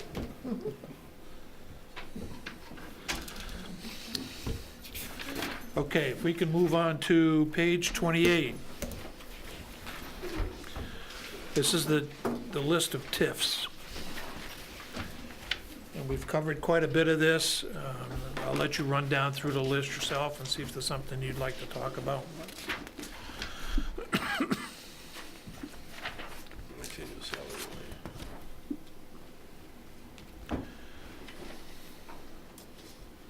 Yeah, go ahead, Bob. Yeah. The first item, salaries, years previous, we had 0 there. What are the new salaries for under the TIF? What we did was we took the community development department, and we put it into the TIF, because it would be an It's a shared unallowable secretary. expense. And we had freed up, if you look down at the bottom of the page, we had freed up $100,000 in the TIF because the loans had been paid off. So it was just a planning decision to move the community development into the TIF. Excess capacity in the TIF, not enough expenditures, so we had to find some things to shove into the TIF. Good problem to have. Yeah, because that's an unusual problem. And since it's a soup to nuts TIF, which they don't really allow anymore, but the development plan was very, very broad. Almost anything fits, which is nice. Last year, we had moved, because of the excess capacity, we had moved streetlights into the TIF last year, and this year we're moving the community development. Now, on the subject of streetlights, that price, I heard it prior that we're going into LEDs. Well, we haven't yet, Dana. Actually, at the earlier meeting, there was a discussion about funding a study to look at that, so we're going to do that. And we're doing it in conjunction with, originally it was 3 other towns, Standish, Wyndham, and Gray, but now the towns of the Oxford County have joined us, so we're doing it as a major collaborative project. And so, but the first step will be a study and an audit to see if it makes financial sense, and then the select board will have to vote whether to proceed. But they'll do an investment grade audit. They'll look at, the various options that are available. Kevin will love this. Kevin knows about this, but these lights will be able to be under smart control, so they can be manipulated up and down for energy savings, or if you had a public safety emergency, you need to turn them up or whatever. So they'll have that component. They'll be exponentially more efficient, and the idea is that, more likely than not, no guarantees in life, but if it follows the track of other towns that have done this, the cost of the upgrade will be able to be supported financially by the current spending. You won't need to raise any more money. Unless you want to buy outright, bang, right now, then it's possible. Well, even then, you're going to be financing it probably. So basically, the energy savings will be sufficient to pay for the new lights. And then they'll be owned and managed by the town too. Yeah. That's a difference. But these lights wouldn't have to be replaced, right? You'd just upgrade the lamp that's in them, or? Well, those are nice lights. Well, that's part. Well, no. Oh, okay. The ornamentals. Yeah. Yes, the ornamentals. Yeah. The 69 of our 115 lights are ornamentals. Yeah. Those would be updating the luminaires. Yeah. Yeah, just right. just the lamps. Yeah, right. The other ones would be, that's the study. They're going to say, here's what we recommend. For the 115 lights, you should buy X number of these. Well, isn't CMP doing that already, Don? CMP offers the program too, but then the utility owns the lights. We think there's advantages to us owning the lights because they're very not only efficient but long-lived and low maintenance, and so we're going to have a contract with a private sector contractor or with a municipality that has a lighting department. Several of them do, but probably we'll go private contractor as a group of towns, and then there'll be, so when you have a light out, instead of calling CMP, you'll call your contractor, they'll come fix it. Because I get a yard light at my camp, and it's only $10, $11 a month, and it's a 75-watt sodium lamp, and it's on all year round, and I think that's a great bargain for. Well, what we have they now, take care of it, Well, you're right, but we have high pressure sodium now, and some of them are significantly orders of magnitude more powerful than that, and so the cost of running LEDs is going to be fractional on that, and you're going to get more, if you want, you're going to be able to get more light for less money, but we're probably going to manage it so that we get the amount of light we really need. Part of it's a scientific study to see what we really need, get the correct luminaires for each location. They'll be custom selected, and there'll be as much more light for less money. All right. A lot less money. So anyway, it's something that's happening nationally. Towns are doing this all over the country. Other towns also trying to reduce their light pollution footprint, and as a result of putting that in, it ends up.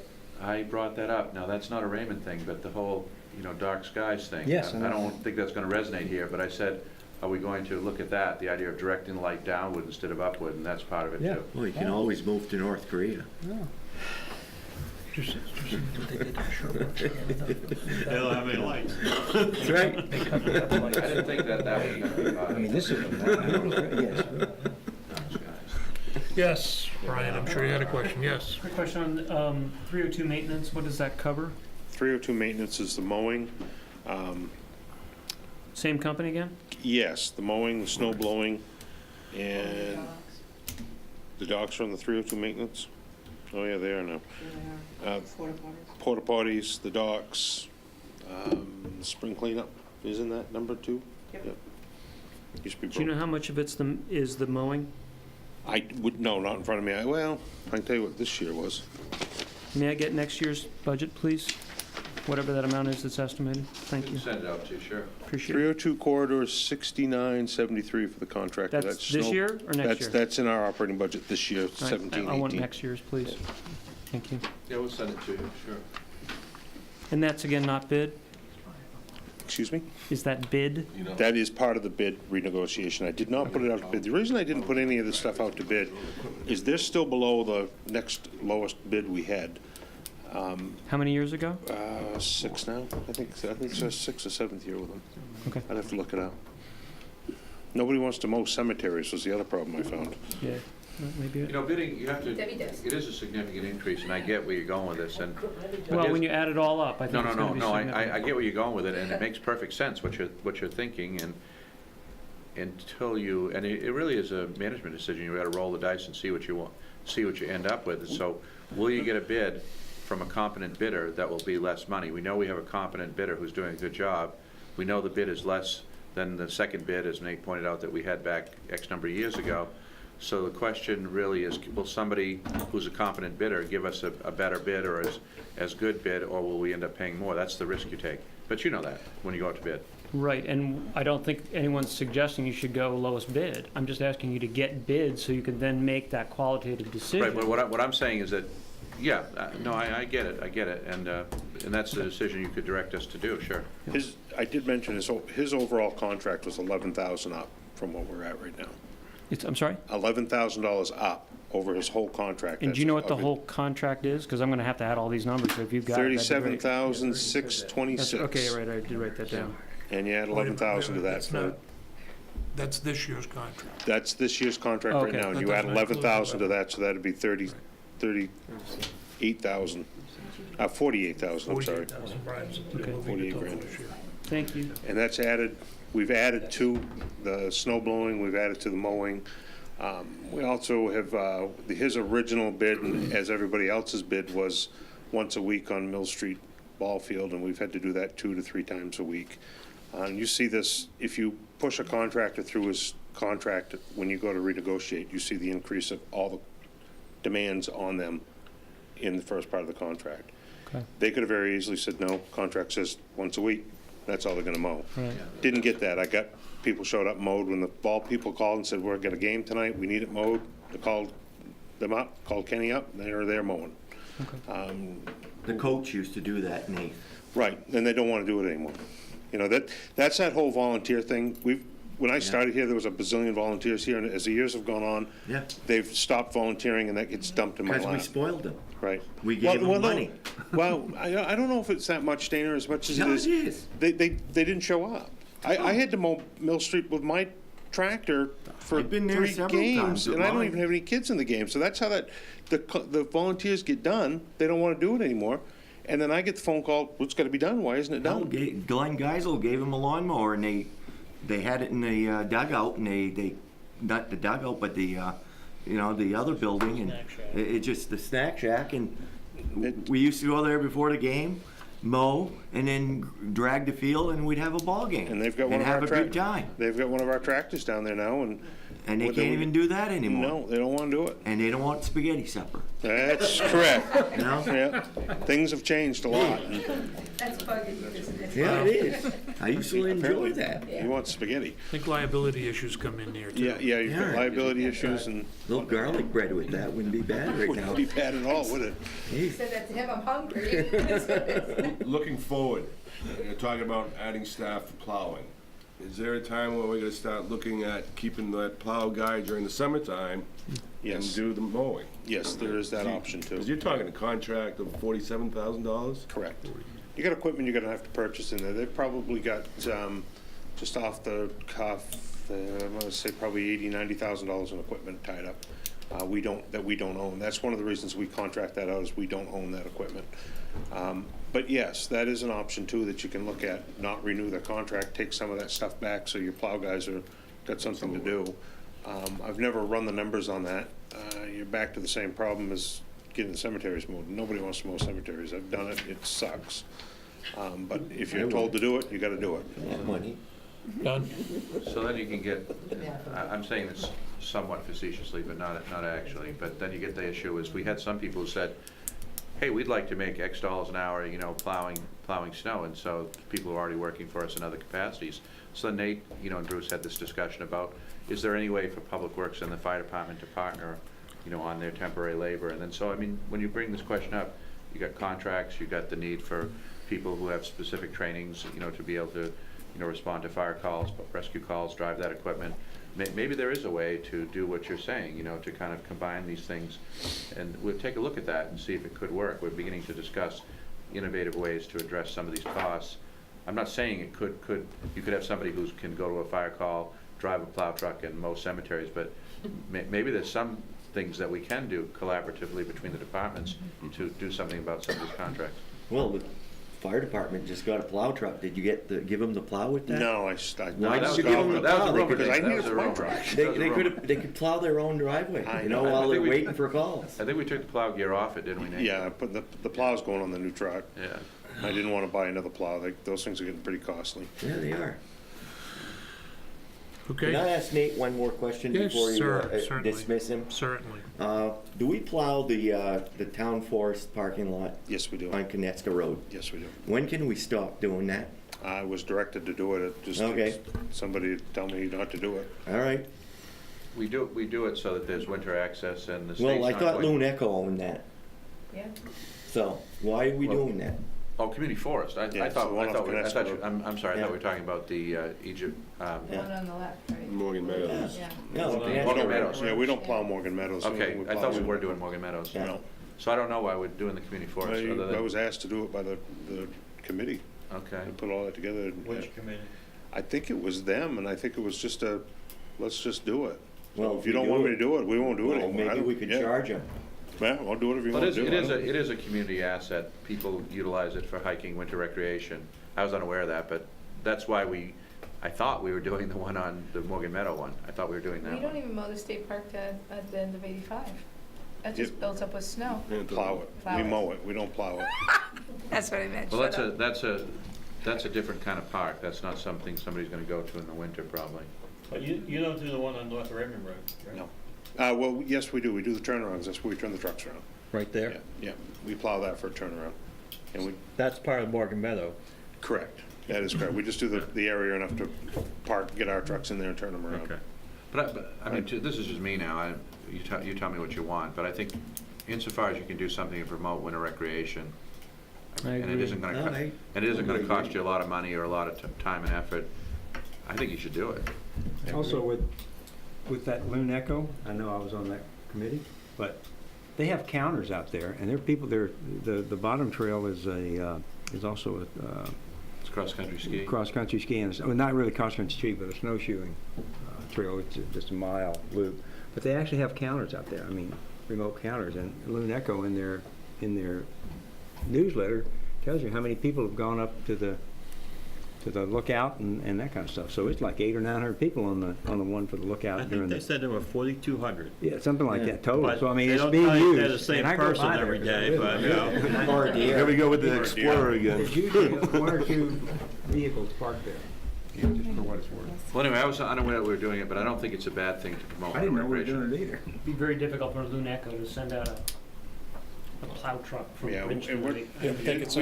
we do it the day after the storm, and it's usually on my way home. Well, maybe we can make a deal with them, let us snowmobile over there. Yeah. That might, Don't get me started. I saw the meeting. There'd be some eyebrows You know, raised on that one. Yeah, even that. Anything else on the TIF? Just the question, the playground equipment, I know we Yep, that's next. discussed that a little bit, but is there a formal proposal yet on exactly what you want to do there? no. We've got an idea of what we want to do. It's a very small committee. It's her and a girl down the village. We just haven't really. Oh, Debbie and Ed. Ed Gagnon. We just 6-year-old girl down the village. Yeah, sorry about that, that was kind of informal. She's a swing tester. One of the things that you had done is you called the owners of the playground equipment that was down there. It was all put in wrong. So they came in and raised it. We had them come in this fall and pretty much take the system down and put it up correctly. Again, volunteers put it up, and God bless them, and I never noticed it wasn't put up right, but that was part of the problem. It was getting pushed out of the ground and whatnot. So that's been all straightened out, and then there's been a lot of interest in putting another system in down there. And talking to the two companies, one's down in Florida and one's out of Elliott, Maine. They're the ones that sold us the system here. About $35,000 will get us another little playground thing down there and upgrade our swing set. Our swing set, I'm pretty sure if our insurance company saw that, they would shut the place down. It's so outdated. Good thing you just said that on the mic. Yeah, you know. No, they said because like the bars that you swing on, they can be used as a weapon when we come back. Yeah, and there's some problems with it. It needs to, yeah. if we're not gonna replace it, really for liability reasons, it should come down. We've got money set aside to redo the picnic tables and put an actual decent cover up over that, wooden one. And then the mulch too. And the mulch is in the maintenance. They're gonna come in and mulch it. Wasn't this a request from a woman at town meeting last year? Yes, Ashley, yes, it right. was. Yeah, she's on that committee too. That's the The young other girl. that's down in the. I couldn't remember her name. Ashley, is it? Ashley. Ashley. Yeah.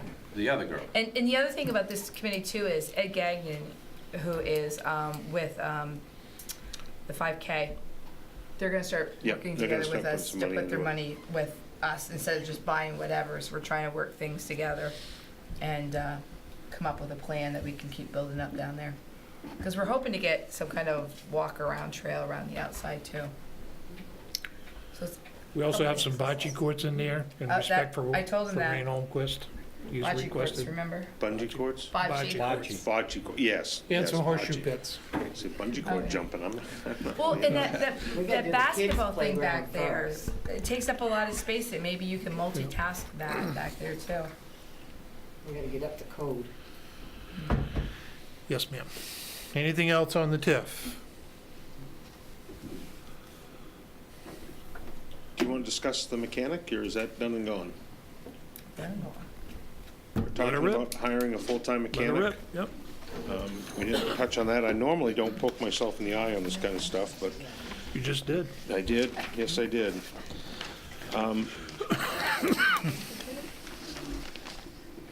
In the proposal, the additional proposal, I'm asking for a mechanic, equipment operator position.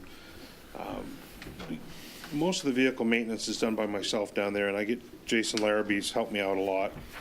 And we're getting to a point where I'm getting tired of working on this stuff at 8, 9 o'clock at night.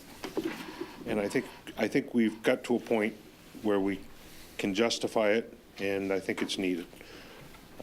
We're looking for somebody to do the routine maintenance. We sub out a lot of the bigger stuff right now, and we'll probably continue doing that. Anything involving the diesel engine part of the truck. To purchase all the testing equipment for that, it wouldn't be feasible. So we're looking for somebody who's going to be doing general maintenance and cleanup on the trucks. I think I explained that correctly. What type of certifications would this employee have? I'm going to be looking for somebody with a Maine State inspection license and general mechanical knowledge. Okay. Joe? So you're not looking for a diesel mechanic? No.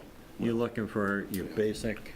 Basic, I don't want to call it a run-of-the-mill. It's a, to get into a diesel mechanic, you're going to have to, Yeah. just the testing equipment you're going to have to buy is astronomical. And if you're only going to use it, and with the larger stuff, you have to buy a scan tool and a program for that truck.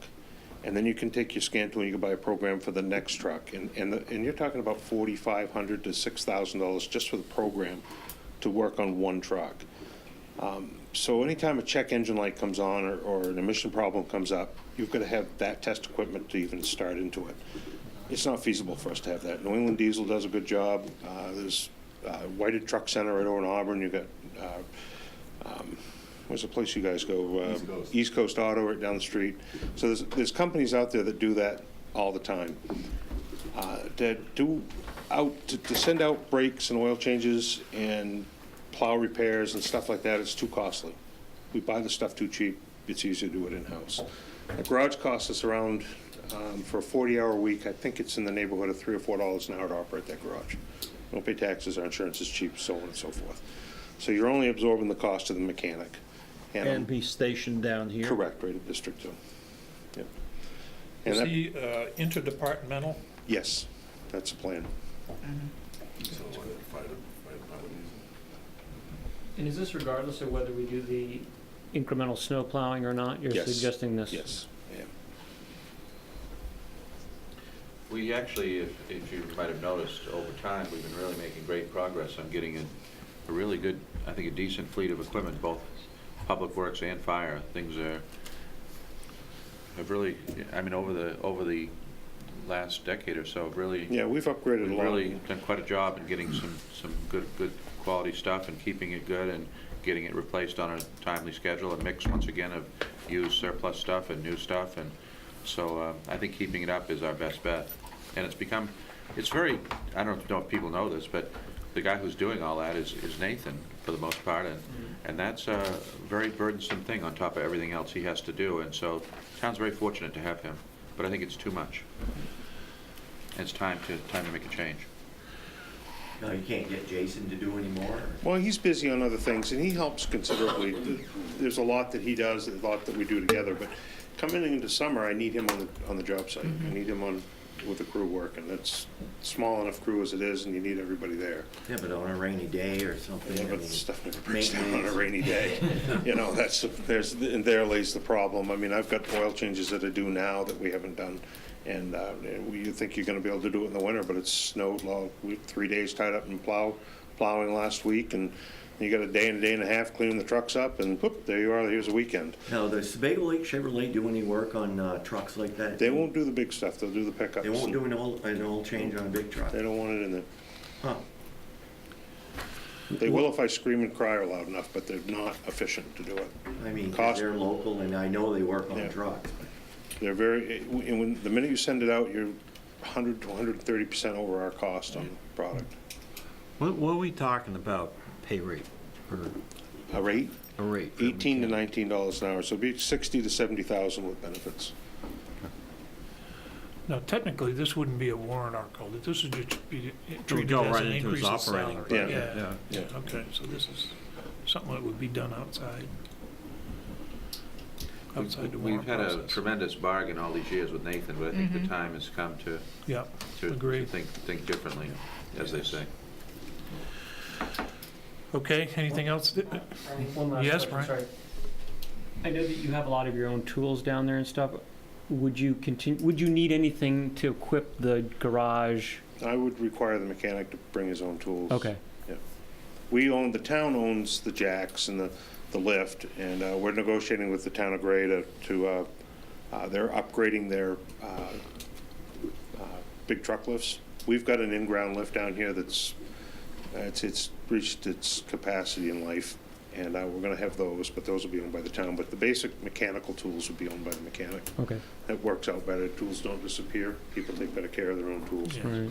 So we're thinking of buying Gray's lift? Yeah. Do you see a pattern here? We're looking at buying Gray's used loader because they're upgrading it. Now, Gray is a town of maybe half the value of Raymond. Do you see a pattern? I'm not catching it, Don. I'm not sure. Because the where you're pattern going is with that this. we try to do things cost effectively here. But they have And they twice as don't. many people. Yeah. They and may I have can't twice as many digest people, the but they got retail. half the value to tax, right? Yeah. But their mill rate's what, 20? Right. Right. But I'm just saying that we're trying to do this cost effectively is the point.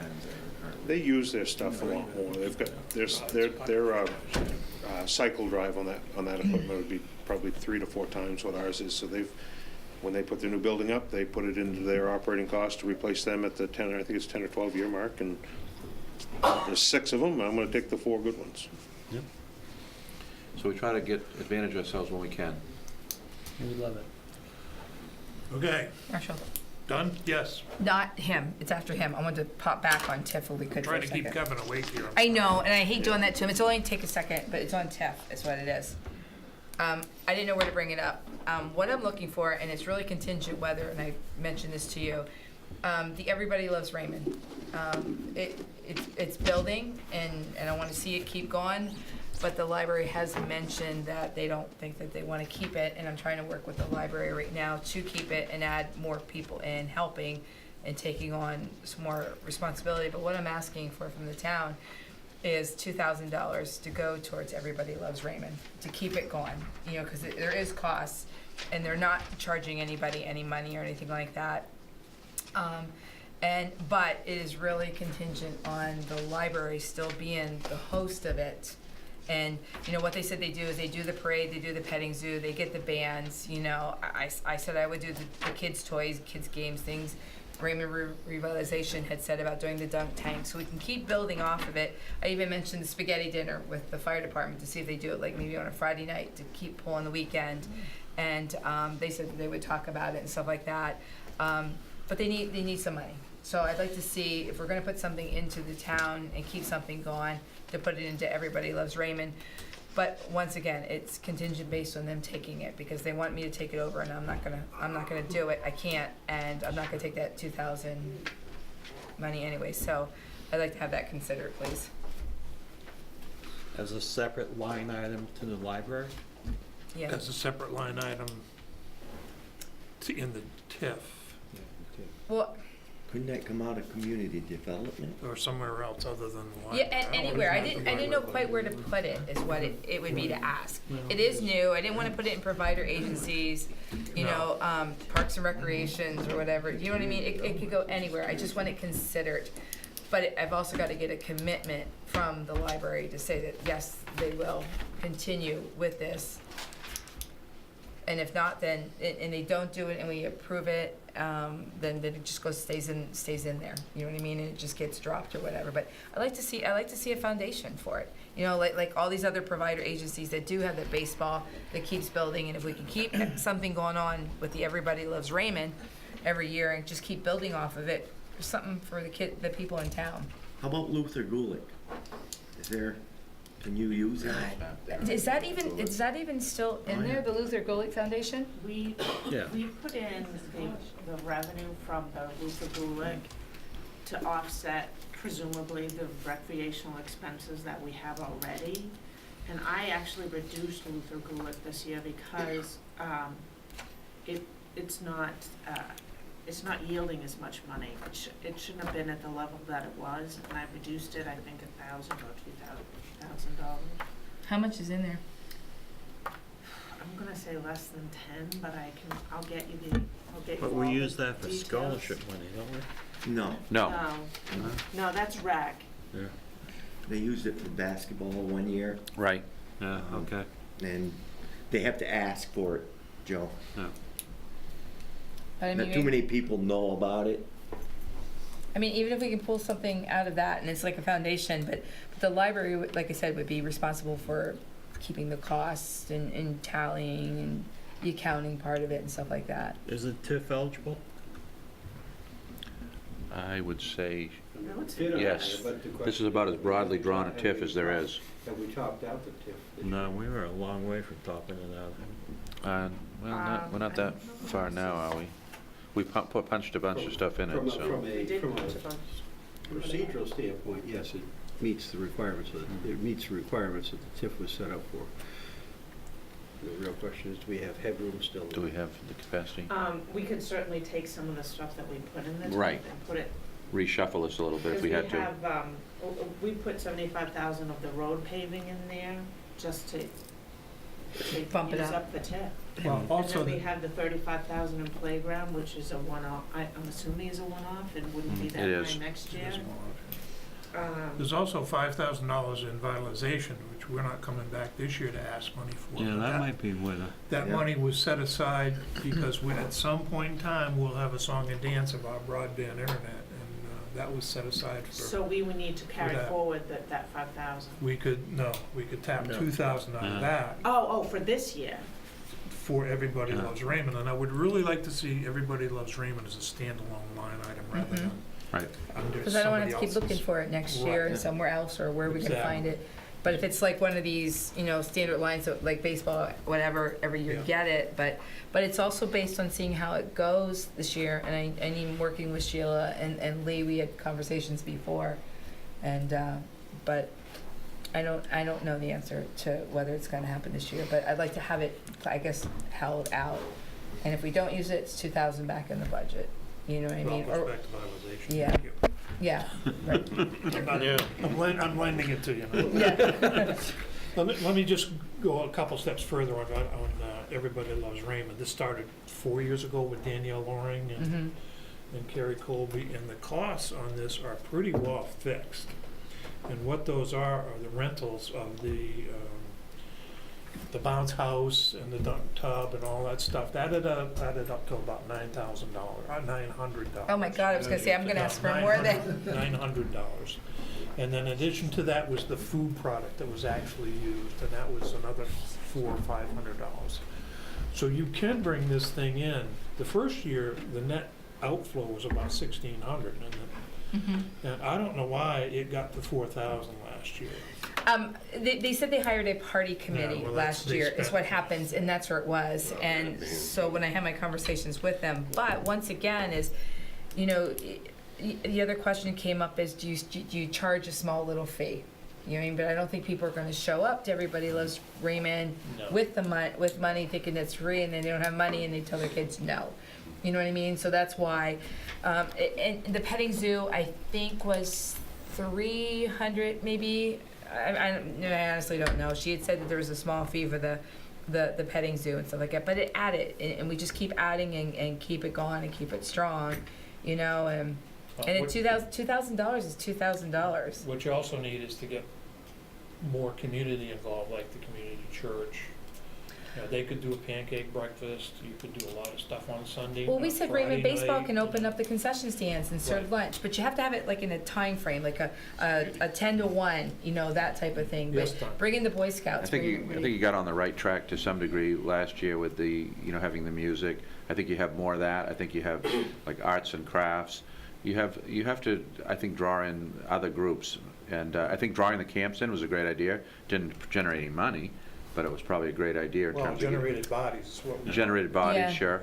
But I think in terms of the things that were going on, I would go more with the entertainment and I like the craft show idea, or something like that, Well- art show or something. And the parents that people I've talked to is there's not enough for kids. That's why I said I want to get involved with it to do. I the think it kids was a lot stuff for stuff kids like and that. not enough The games and stuff like general that. general interest, but maybe more for kids too. But you need more events, more draw. More, I would, if it were me, I'd look at the, I guess, events of this type that are successful, and try to model on, one of the smaller ones. I mean, you're not going to be the Yarmouth Clam Festival or even Casco Days out of the gate, but see what they do. I would look and see what kind of programming they have, and then try to replicate that to the degree that it makes sense for us and would draw people from our area and community.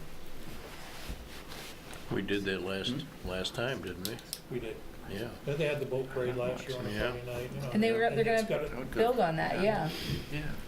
Can't they have the UCAN race? at the Yeah, same that's part of time? it too. Yeah, they're going to try and do that at the same time too, because any of that money also is going to go back into the Yeah. playground, which is really good because it's working together with Public Works then. But they're going to try and do that at the same time. There was also talk about bringing the auto show in on that Sunday, which. Instead of Yeah, having it that's right, actually at the that's right. school in Because Raymond, they could have it they down, did yeah. That would pull a lot of people But then in. the PTO would have been the beneficiary of that, so. Well, and I guess we're trying to tie it into the playground being done. You know Fine. what I mean? So having that all Perfect. done. So it's all, everything down there at once. Okay. Kevin. It's your Kevin. turn, Kevin. Why don't you want to turn that? You want the mic? Oh, okay. Thank you, Kevin, for being patient. He's got the remote. Oh, he has it? Yeah. It's warming up. I mean, you can start with questions. What's your name and address? Kevin Woodbury, 20 Egypt Road. Thank you, sir. Kevin, I know your budget's relatively flat, or is flat. so It's that- actually down just a hair. Okay, so there's maybe a whole bunch Page there, but 18. You know, I ask Kevin whenever I get a chance, and I don't know if you're interested in this, but not the, you know, the 3-hour version, but the 3-minute version on why broadband, which I think is one of the biggest things. Yeah, let's do the questions though first, yeah. Okay, yeah, but I mean, I want you to do that if you can. Last year, we did the SIP, CIP for 20 grand, and we got those 3 servers, which replaced actually 6 older servers. And so now we're running more virtual machines per server, in the new technology, so we did a really good deal with that. And that was quite an upgrade. And we also, a big project this year was getting off of analog phone system. We're totally voice over IP, and we, what was the savings on that? We saved, it was like $1,500 a year. Couple thousand dollars a year savings for more lines, so better service, less price, and a much easier recoverability. So if, with our disaster recovery plan, if the voice over IP server or the town office goes down, I can just restore it up here immediately, and we're back up and running with phones. And we kept our phone number. And we kept our phone number. That was Very huge. important. That turned out to be controversial. Yeah. Yeah. So if you have any, other questions, we've been doing a lot this year. One of the big areas where we're looking at increasing costs, although some places are decreasing, others will be increasing. So I think it's going to be a net 0 in the long run. But intrusion detection, as you all know, firewalls and security is just becoming more and more an issue. So the firewalls I'm putting in, which have already been purchased in last year's budget, will have intrusion detection software in addition to the firewall software, which means all the packets coming in and out are looked at to see if there's anything suspicious in them. And that's, a standard security practice now across the industry.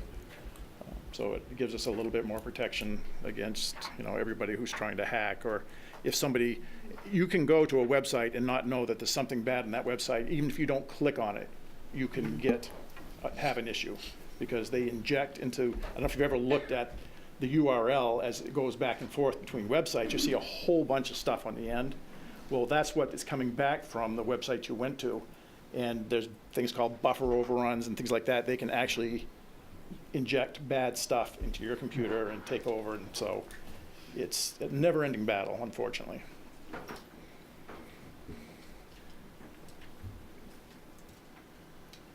Any Questions? Yes, Brian. Contract. Alphabetical. Okay. Contract. H first. The contract fees and services. Thank you, Brian. Just what gets covered under that line item? The contract? Yeah, contract fees and services. There's the answer. Are we talking about It's the salaries? 3005. 3005. It's the line after salaries. Oh, that's you. No, I thought I'm under 3115. Oh, okay. I don't know what, I don't have that on my, Oh, wow, how much is it? I'm sorry. 13,400. What?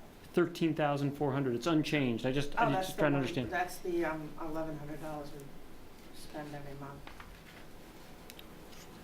For For the our. T1. well, I'm gonna go up to see if I'm, For okay. the T1? Okay, that's infrastructure network services. Okay. Not, that's why I didn't ring a bell when you said that. Okay, I'm just reading what's. That's a Roadrunner. Yeah, Okay. Which kind of leads into why don't we do our own fiber with the surrounding towns, because, Spectrum is kind of expensive. As you probably all know who have Spectrum service. Then the other question I had just was one that was prompted by you, Kevin. In terms of our election results in the 2018 coming election, and I look to you as well, Sue, is that managed in such a way that we're utilizing our server system at all to The communicate? results themselves are all done by the machine and paper. Okay. So. And so then but- that result is then But the conveyed? voter rolls, the registration, if somebody hacked into our system, could then log on to the state system and modify Okay. our voter rolls. This is something you guys anticipate and think about, right? Yeah, I mean, that's part of the intrusion detection, it's Okay. part of the firewalls, it's part of the, having antivirus software, and, I mean, antivirus software for the workstations, antivirus software for the email server, it's, yeah. Okay, great. Yeah, Thank you. but the voting machines are That I standalone. want to make completely clear. They are standalone. They are not hooked to each other or anything else. Not networked at So all. sometimes older technology can be a good thing, right? Yes. Yeah, well, Well, actually, this is actually fairly new it? technology, and they have the capability of being linked together, but the state will not go there, at least not while Julie Flynn draws breath, because, and she's the Deputy Secretary of State over Elections, but because of the possibility of being hacked, or even the perception of being hacked. We don't even have that perception in the state of Maine, because there is nothing electronic that is attached to how you vote or anything Well, with they that are machine. counted electronically, but we still keep the Within the paper machine. copies. Within the machine. Within the machine. And the machines have been Yeah. hacked by people popping in on a USB stick, not our machines, but. Our machines haven't. No. Okay, I'm not trying to, thank you. Across the country, that's been a, you know, Right. that's a physical security issue. Yeah. And that's, you know, keeping the town office safe and machines stored safely and Right. restricting access to them. Thank you. So in light of the Russian investigation, I knew that. have we had any intrusions in the town of Raymond Not. across, I don't mean just We have- voting, I'm No, just, we have, I can show you firewall logs. Every day, people are trying, and some of them Okay, coming from nice. Russian IPs, Chinese IPs, all Okay. over the country, all over the world. Okay. But that's what the firewall's for, and that's what intrusion detection's for. yeah, right, sorry. An interesting thing, though, when you say that, because of Yeah. the Russian issues this year, we converted from Kaspersky, which was the top-rated, Yes, antivirus, over to Webroot, which is a United States firm. right. So maybe we're only getting watched by the CIA, and Good. internal people, but at least it's not the Russians. Okay, all right. But keep monitoring, thank you. And we actually saved a little bit of money, but, in that, because Kaspersky, again, was the top of the line, and they're still rated as top of the line, but you can't trust that there isn't a big backdoor in there to the Russians. So we made that change. Okay, Did anything you want else? to hear 30 seconds or 3 minutes Yes. or on broadband? Yep, From a guy broadband. who knows about broadband? So this is a group, Okay. of towns. I don't know if you want to give, an overview of it. I mean, it's Wyndham, Gray, Standish, and Raymond right now that are looking at. Can you take that map up? That's perfect, thank you. Yeah. And so what you see is the first phase, because what they want to do is introduce a fiber backbone going off the three-ring binder. And the three-ring binder is over on the left-hand side, the west side of Sebago, and that's the high-speed network that was put in by the state, I don't know how many years. 10 years 10 ago, years ago. almost, yeah. And it was meant to increase broadband. And the definition of broadband has changed over time. We used to think we had broadband in Raymond, because we were one of the first, cable modems actually in the country. We had some of the highest speeds in Raymond, but it hasn't changed really since then. I mean, until recently, where they upped it a little bit. But looking at this, you can see where they're talking about running these trunk lines, and the yellow and the red up on the top, that basically goes up to the schools, the town office, and the fire station. And so getting penetration, and anybody basically that lived along those routes would have access initially to, and we're talking minimum, it's called 1 gig service upstream and downstream, which is basically if you go into a business, everybody's computer is attached with 1 gigabit per second. And that sounds like a lot, but it really isn't. And what I want to do is just pop over to this little graphic. I gave a presentation at this group of the various, megabits per second required for the types of service that you're looking at. And if you look down there, let's say I want to, and a lot of people are streaming videos now. I mean, they're getting rid of their cable modems and streaming videos off the internet. They're doing Netflix and Hulu and Vudu and all these streaming services. Well, if you stream just regular high definition video, it's anywhere from 15 to 20 million bits per second. If you want to do the new standard, which is called 4K, which everybody that are buying TVs now are looking at 4K, which is, basically 4 times that. So it's anywhere from 30 to 50 megabits. And I got these by running this actually on my computer and watching my firewall and looking at the bit streams coming through it. So these are actual bit rates that I observed running these services. So if you had one person sitting in a household running their, 4K TV, wanting a good quality stream, they're going to use up most of the bandwidth or more than what most people have. Although Time Warner's now started offering 100. So that's kind of, at the low end of what people really need if you look down for this list of services. The big problem comes in is, what if I want to back up my data, back up my, files to the internet on a cloud-based service? They only offer 5 megabits per second. It's 100 download, but it's only 5 going upstream. And I'll give you a really good example. So somebody takes an hour of 4K video on their, shoots it, they want to save it to the cloud so that if they have a problem and they don't lose it, if their house burns down or whatever, it takes 27 hours, even at, the 100 megabits per second. But if you go to go up to the 1 gig, that takes like 10 minutes. So it's the upstream. They tell you, we're giving this great service. It's 100 meg, but if you want to back up anything, or if you want to have video conferencing, or if you want to do any of these, services from your house or your small business, and especially small business. I'll give you a prime example is, when I edit these videos, I have to carry a flash drive back and forth because these videos are anywhere from 40 to 50 gigabytes of storage. So if I have to download that, which I've had to do sometimes in the past, it takes me 5 or 6 hours. And then, to try to upload it again is the same way. It just takes a long time. So these are all the services. I mean, people are getting more and more services. We just bought a stove that has Wi-Fi. And Eric, my son, he's, turning on the stove and programming it to start and everything. It's all the devices. They talk about, Internet of Things. Every device you buy nowadays is going to be able to connect to the internet. He cook any spaghetti for you? Yeah, he could remotely, yes. So you're telling me that Alexa is using a lot of bandwidth? And Alexa is using bandwidth constantly because you can't turn it off, really. Yeah. You can activate it so that it does something, but it's always listening. That's a scary part. I don't have When you take your cell phone at home, if you're using your Wi-Fi on your cell phone, all the cell phones are constantly chatting, all the apps on them. I mean, if you look at the actual data rate that's going through, most people are using up what they have. And there's no flexibility. They can upgrade to what they did, 100 megabits per second.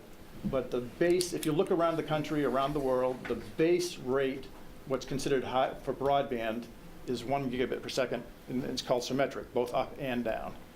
There are a lot of towns and cities in the United States now that are actually offering 2, 4, and 10 gigabits per second, because it's more expensive. But if you're a business, a small business, you really need that type of connectivity. And this isn't something that's, just nice to have. This is the future. If you don't have this, we're not going to be competitive with the rest of the world. And increasingly, the rest of the world does have this, correct, Kevin? Yes, they do. And one of the big issues here is there's no competition in this area. You have no choice. It's Spectrum. You've got Fairpoint, which is now Consolidated, or what are they? Consolidated. Yeah. So, and they just don't, they don't have the bandwidth available over their services. And we were trying to get the town office and the fire station upgraded. We went to get a quote from Consolidated, and basically they wanted $1,600 a month for 100 megabit service. Wow. That's a contract price, right? Yeah. And we're paying, the town office is paying, over $1,000 a month for 100 megabit service. I had them come to my house, I quoted $1,100. Yeah. Well, I'm paying $200 a month for, I'm getting 60 megabits over 20. So that means that the capability is to your house now? I mean, there's a capability to have 60 meg, or Joe, they could have it to you of having a cable that could The cable actually modem run? right now, if you request it, Yeah. you should be able to get, if you're paying the top tier, Right. get 100 megabit downstream. Okay. And But at quite a premium. that's a premium, yeah. I just went through all this at home, and the key is, if you have Time Warner, you're still on Time Warner, unless you've changed over to Spectrum. And if you don't change over to Spectrum, you don't get 100 gigabits. That's right, that's what I had to do. Okay, yeah, Right, yeah. I'm still at 50, which was the max. Right. And then, but to change over, I have to change the modem, I have to change the DVD thing, et cetera. So when you said they do 100, that's what they advertise. That's what they advertise, Spectrum, not Time Warner, which is still around, and it's really what a lot of people still have. And they said eventually these people will. They will, yeah, if you want to will make have any to change at all, it becomes automatically Spectrum. But anyway, the idea that we have is that if we can get the the network, the backbone into the town, that maybe then the private sector, and talking to private sector folks, we've interviewed them all, maybe that will generate some interest. Even the fact that we're doing this is likely to generate some interest, because they're not going to want to see us probably do this. So, I mean, I'd love for them to say, okay, let's put the backbone in, let's put the network in. We'll see what happens, but in the absent that, I think somebody needs to drive it. So we've decided as a group of towns that we're going to pursue it and see if we can't find a way to leverage this. So the town would install, and I'm assuming this is fiber? Well, it'd be a group. No, it would be done as a group. Not, I mean, the group Right. would contract somebody to put that fiber in to the points where you were talking Right, about. and it's not just fiber, it's the endpoints so that it can be distributed and monitored and, so if you look at this, what they're using is, again, everybody thinks it used to have a pair of fiber per household, but it's not anymore. They use a coarse wave division multiplexing, which allows you to have, and it is actually stuff even beyond this, but this is what they're recommending. You basically get 18 channels of up to 10 gigabits per second on one pair of fiber.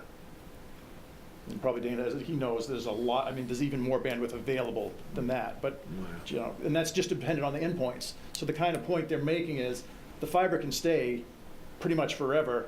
You change the endpoints, and then you can go faster and faster and more multiplexing and so forth. So, I mean, people talk about why can't we use, Wi-Fi, because, 5G, people talk about 5G. Well, that doesn't work too well in a town like Raymond, and it doesn't work too well when you have bad weather. It's like satellite. Yeah, it's just, you lose, I mean, But it may be part of the solution, though. It I know you don't like that No, idea, but it might be, because part what of they've it. done, there's all sorts of fiber to us, like a certain point, and then they go, Right. from there, they use Wi-Fi directly into the house, and there's, which is really still not the optimum way to do it. Right, but we're going to be nowhere unless we can get the backbone into Right, town. and this is, and this is the first step, and it will, like I say, it will go to, we'll hit the town office, so that will reduce our costs there, it'll hit the fire station, reduce costs there, hit the schools, which we don't have any control over, but it'll reduce costs for them, and, we'll hit the library, because it's along the way, it'll, up to the fire station, so all those things that are on the backbone will at least be helped to start with, and of course, coming up the corridor, the businesses that are on there would be helped. And now, they even, this isn't part of our link, but it is the overall project of looking at a possibility that there's some funding been given from the county. Yeah, the county has applied for a community development block grant from their own, they administer the community development block grant monies, which are federal monies. County's an entitlement county. But so they were excited about what we were doing. The new county manager, his assistant, who used to work for Senator King, Travis Kennedy, I think. Travis Kennedy put together a proposal for a community development block grant to do a study, and then also to pay for some of the infrastructure to try to get this over into the region. And as far as I know, unless something changed at 2 o'clock, they got approval for both. Right, So and they're talking about. So we got a pool of money there, and we also have the Connect Me grant. Right. I went to the legislative forum on Saturday, connected with the governor's representative. So the governor's office is looking into ways to possibly help us. I got a call from Heather Johnson, Ryan Doyle's office, who's going to get in touch with you about this and to try to define the need and what it is we're trying to do from a technical standpoint. But their position would be to try to help us get this from the terminal point of the, Three-ring binder on the backside of the lake, over here. to try to see if there's some monies to help us get it over into North Wyndham. Well, they actually. And St. Joe's also is part of this too. St. Joe's, right, and what they were talking about, I think, and if I read that right, was this Wyndham to Gray, because it falls into that same Economic thing. The way Nathan was talking, that's an area where it fell into their. You have to, in order to get community development block grant funding, you have to be economically disadvantaged, and there's a part of Gray that qualifies, Right. so they can get funding, we can't. And one of the things we're looking at is you can see where it goes to in Gray here and where it comes up to in Raymond over here. We'd like eventually to have that backbone cross over here, so if we have a cut, we have a backup. And they have OTT over there, which does have fiber, and they do have a Right. network that we can connect to in Well, Gray. what they were saying is in OTT will probably, they've talked to them, allow us to hang on their fiber, which saves a ton of money. So there's a lot going on, to try to save and make this most cost-effective as possible. So anyway, that's the 3-minute version. We're really working hard to see if we can't make something happen. I just want to make one comment too. If you notice the red line is 302 up to the intersection of 302 and 85, up Main Street to the fire station, and I would bet that if Sabre Yachts has an interest, it would be. Oh, they do. Right, They do. absolutely, yeah. Yeah. And that's 99% of our commercial zone, right? Yeah, and of course, as soon as Casco found out, and some of the other Yeah. towns to the west of us found out we were doing this, they're very much dipped their toes in, but they're saying, well, keep us posted, you know, we're interested in this too. So the ultimate thing would be to get up to Bridgeton, then you could connect back around to the three-ring binder again. Right. But who knows? It's just, we're working on it. And there's still, they haven't, the financing model for, you know, if you want to do this, this is just the backbone. It's like, you know, having a road, who's gonna charge for, you know, policing the road, or who's gonna supply the service that goes on the road? So that may be through other ISPs, or who knows? We may, you know, rent the space to them to provide those services. The most likely model would be some sort of, you know, enterprise fund of the town, or some sort of a corporation, you know, under something along the line of a WEDCO, but that's way down the road. Right now, we're just trying to see if we can't aggregate the funding sources, and I mean, if all of this was enough to cause the private sector to say, we don't want that and come in, I'd love that. Yeah. I really would. The whole point is to, you know, actually, people that have done this, municipalities across the country that have done this type of thing, have decreased their cost to their customers and increased the speed to, like I say, a minimum of 1 gigabit per second up and down. And that's where, you know, that's where you won't see problems when you're doing, you know, if you're streaming something and your kid gets on and decides to do a download, or, you know, and your movie starts breaking up, or, yeah. But more importantly, small business, people that work from their houses, I mean, we're trying to, that's one of the, that's the future of information, is people working, they come up, you know, to go to their lakeside things, and they ask, well, where's the high-speed internet?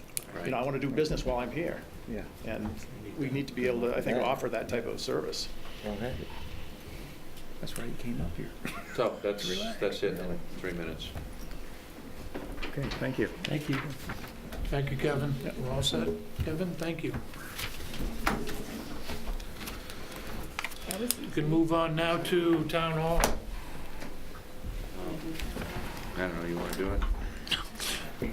Okay.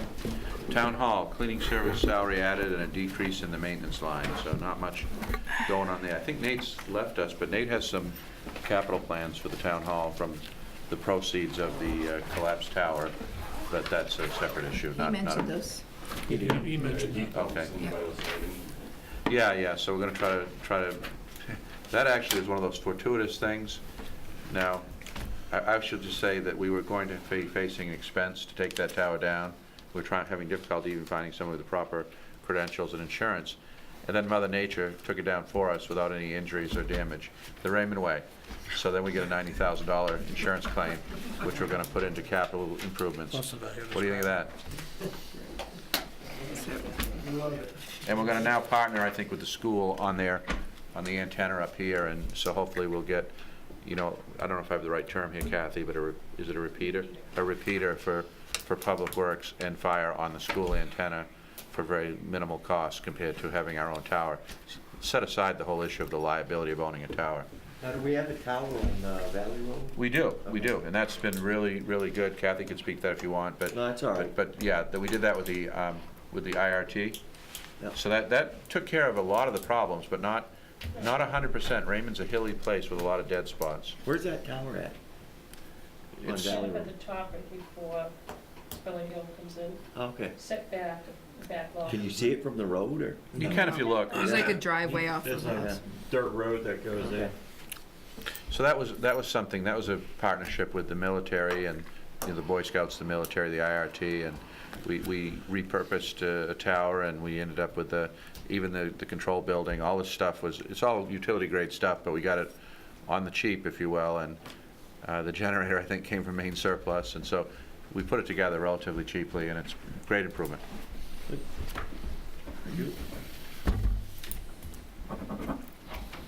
So Anything else on Town Hall? that's all I have. Do you have anything else, Kathy? Animal control. You want to do that one? I don't know. Oh, animal control? Animal control. Oh, Many okay. things I there. guess what I would say about animal control, I don't really have a whole bunch to say about the budget per se, but we're looking at trying to work together again with our neighboring towns. And I just got contacted by the new Naples town manager, and so that's a difference, because Naples had been kind of not really into it that much, but now Naples is saying, hey, why aren't we working together? And we said, oh, okay, that's what we've been talking about for a long time. That's a great idea. So we're going to try to do that, and see if we can't come back with a. It's going to probably not be cheaper, but I think it'll be better service than what we have now, and better coverage. We do have a lot of animals in the 3 towns, a lot of calls, and we're going to need some additional part-time staffing. We have just the one person right now. We've lost a person. Anything on animal control? Yes, Brian. What's the new deputy? We currently only have our animal control officer, our deputy has been. She decided she's not with us now. She resigned. So you have Deputy. no personnel right now, or you? No, we have just one. One. And we usually have 2? 2. Full-time? No. No. Part-time, and they work amongst the towns. That's Oh, what I of was just course, saying. right. Okay, We need to sorry. get a new, we're short on staffing right now, Right. but we're gonna look at, can we work together and share equipment? You know, not everybody buy their own catch and capture equipment. You know, we don't need to do that. We can share all this stuff. And so that's Where not, does the need for increased hours come from? the need for increased salaries comes from the increased demand, I guess, for services. Right, and the fact that we hadn't been, we didn't utilize, and we probably won't utilize our entire budget because we were short-staffed. Not that the calls weren't there, it's just that we didn't have anybody. So Okay. we need to get a deputy, and, so that's it. So the increased hours are to get a new deputy, that's. All right. That deputy is dedicated to Raymond? Well, no, Yeah. it would be a deputy shared across towns. Now, we looked briefly, and this, you'll laugh at this one, but we try to look at everything, and we did look at working with Cumberland County, but they decided they needed a couple $100,000 SWAT car to, you know, all this other stuff. So that didn't work out, but we did say, why aren't we doing this as a county service? And it doesn't make sense when they look at it as a subsidiary of the sheriff's department. We're doing it much, much cheaper here. Okay. Joe? What kind of calls are we getting on animal control? Are these like nuisance pets or wild animals or? Both. But we don't do wild animals, that's IF&W, but we get the calls. But you get nuisance dogs. Roosters? Roosters. I called about a lost rabbit, Joe. Who does the dead skunks? You call that a lost rabbit? Well, because I'm a caring person, and there was a white bunny in my backyard, and so they took it to Westbrook. I told the white bunny story to our new state representative, and she knew who lost a white bunny, and I made a little girl very happy who got a white bunny back. That's good on the grill. So a white bunny, you can call it a white bunny. Get some babies down the It's not that same snowshoe hare I see crossing my road all the time, is it? No, this was one you could go and pick him up. He was very tame. Guys, you're making me hungry. Yeah. But anyway, He just said that, so so you good on the grill. you get loose horses. Rabbit's good. You get loose horses, you get chickens, roosters, that kind of thing. You name it. Ducks. We had a big duck incident this summer. Ducks. What about beavers? All right. Yeah. Let's bring it back. Nathan left them out. Guy's problem with the beavers. Yeah, all right. General assistance, speaking of animals, general assistance. We just, I have a discussion with our general assistance officer, who is Alice, and we do get, of this, and it's up, and we're probably gonna go over our budget in 18. But we get a 70% reimbursement rate for all of the general assistance payments that we make. So that's up from 50, right? Because we used to get 50, didn't we? Used to, yeah. When did that change to 70? When they took the I wanna money say- away from Portland? Exactly. Thank you, Joe. Yeah. Thanks to Diane Russell. Yeah. So that's really all I have to say about that.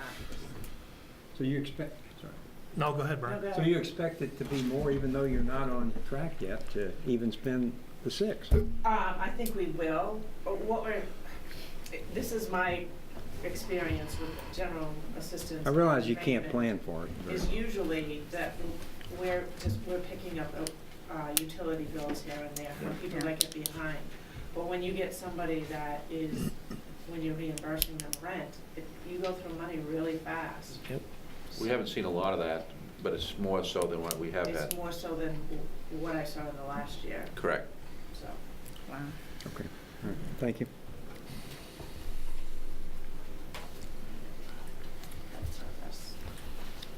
Anything else on general assistance?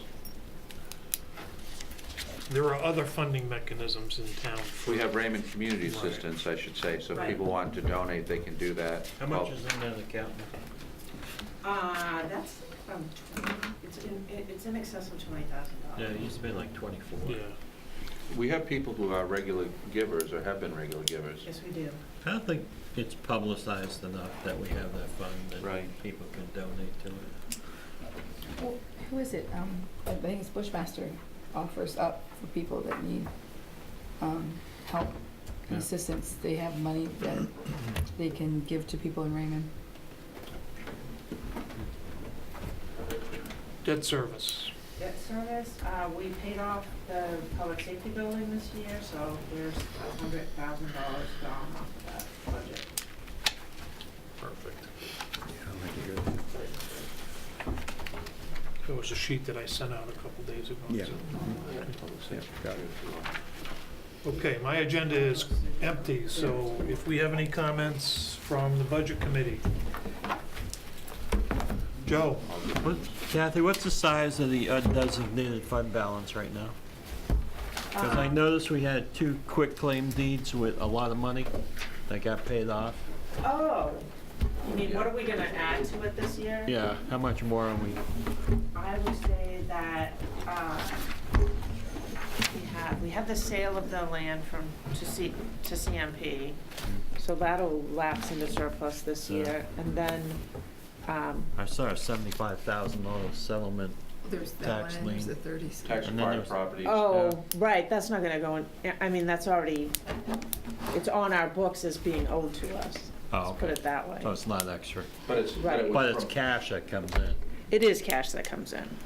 but it's from subsequent years, so how does that just gets charged out to the prior years? So Right, we carry the receivables Okay. for those taxes. Right. We do, we don't write them off. Oh, I Unless understand we that, actually take, But we were talking earlier about what impact, if any, that has on surplus. it won't have any Okay. surplus. It just goes to the cash balance. It'll go to the cash balance, right? What's in undesignated now? I put that in to, let's see, page 11.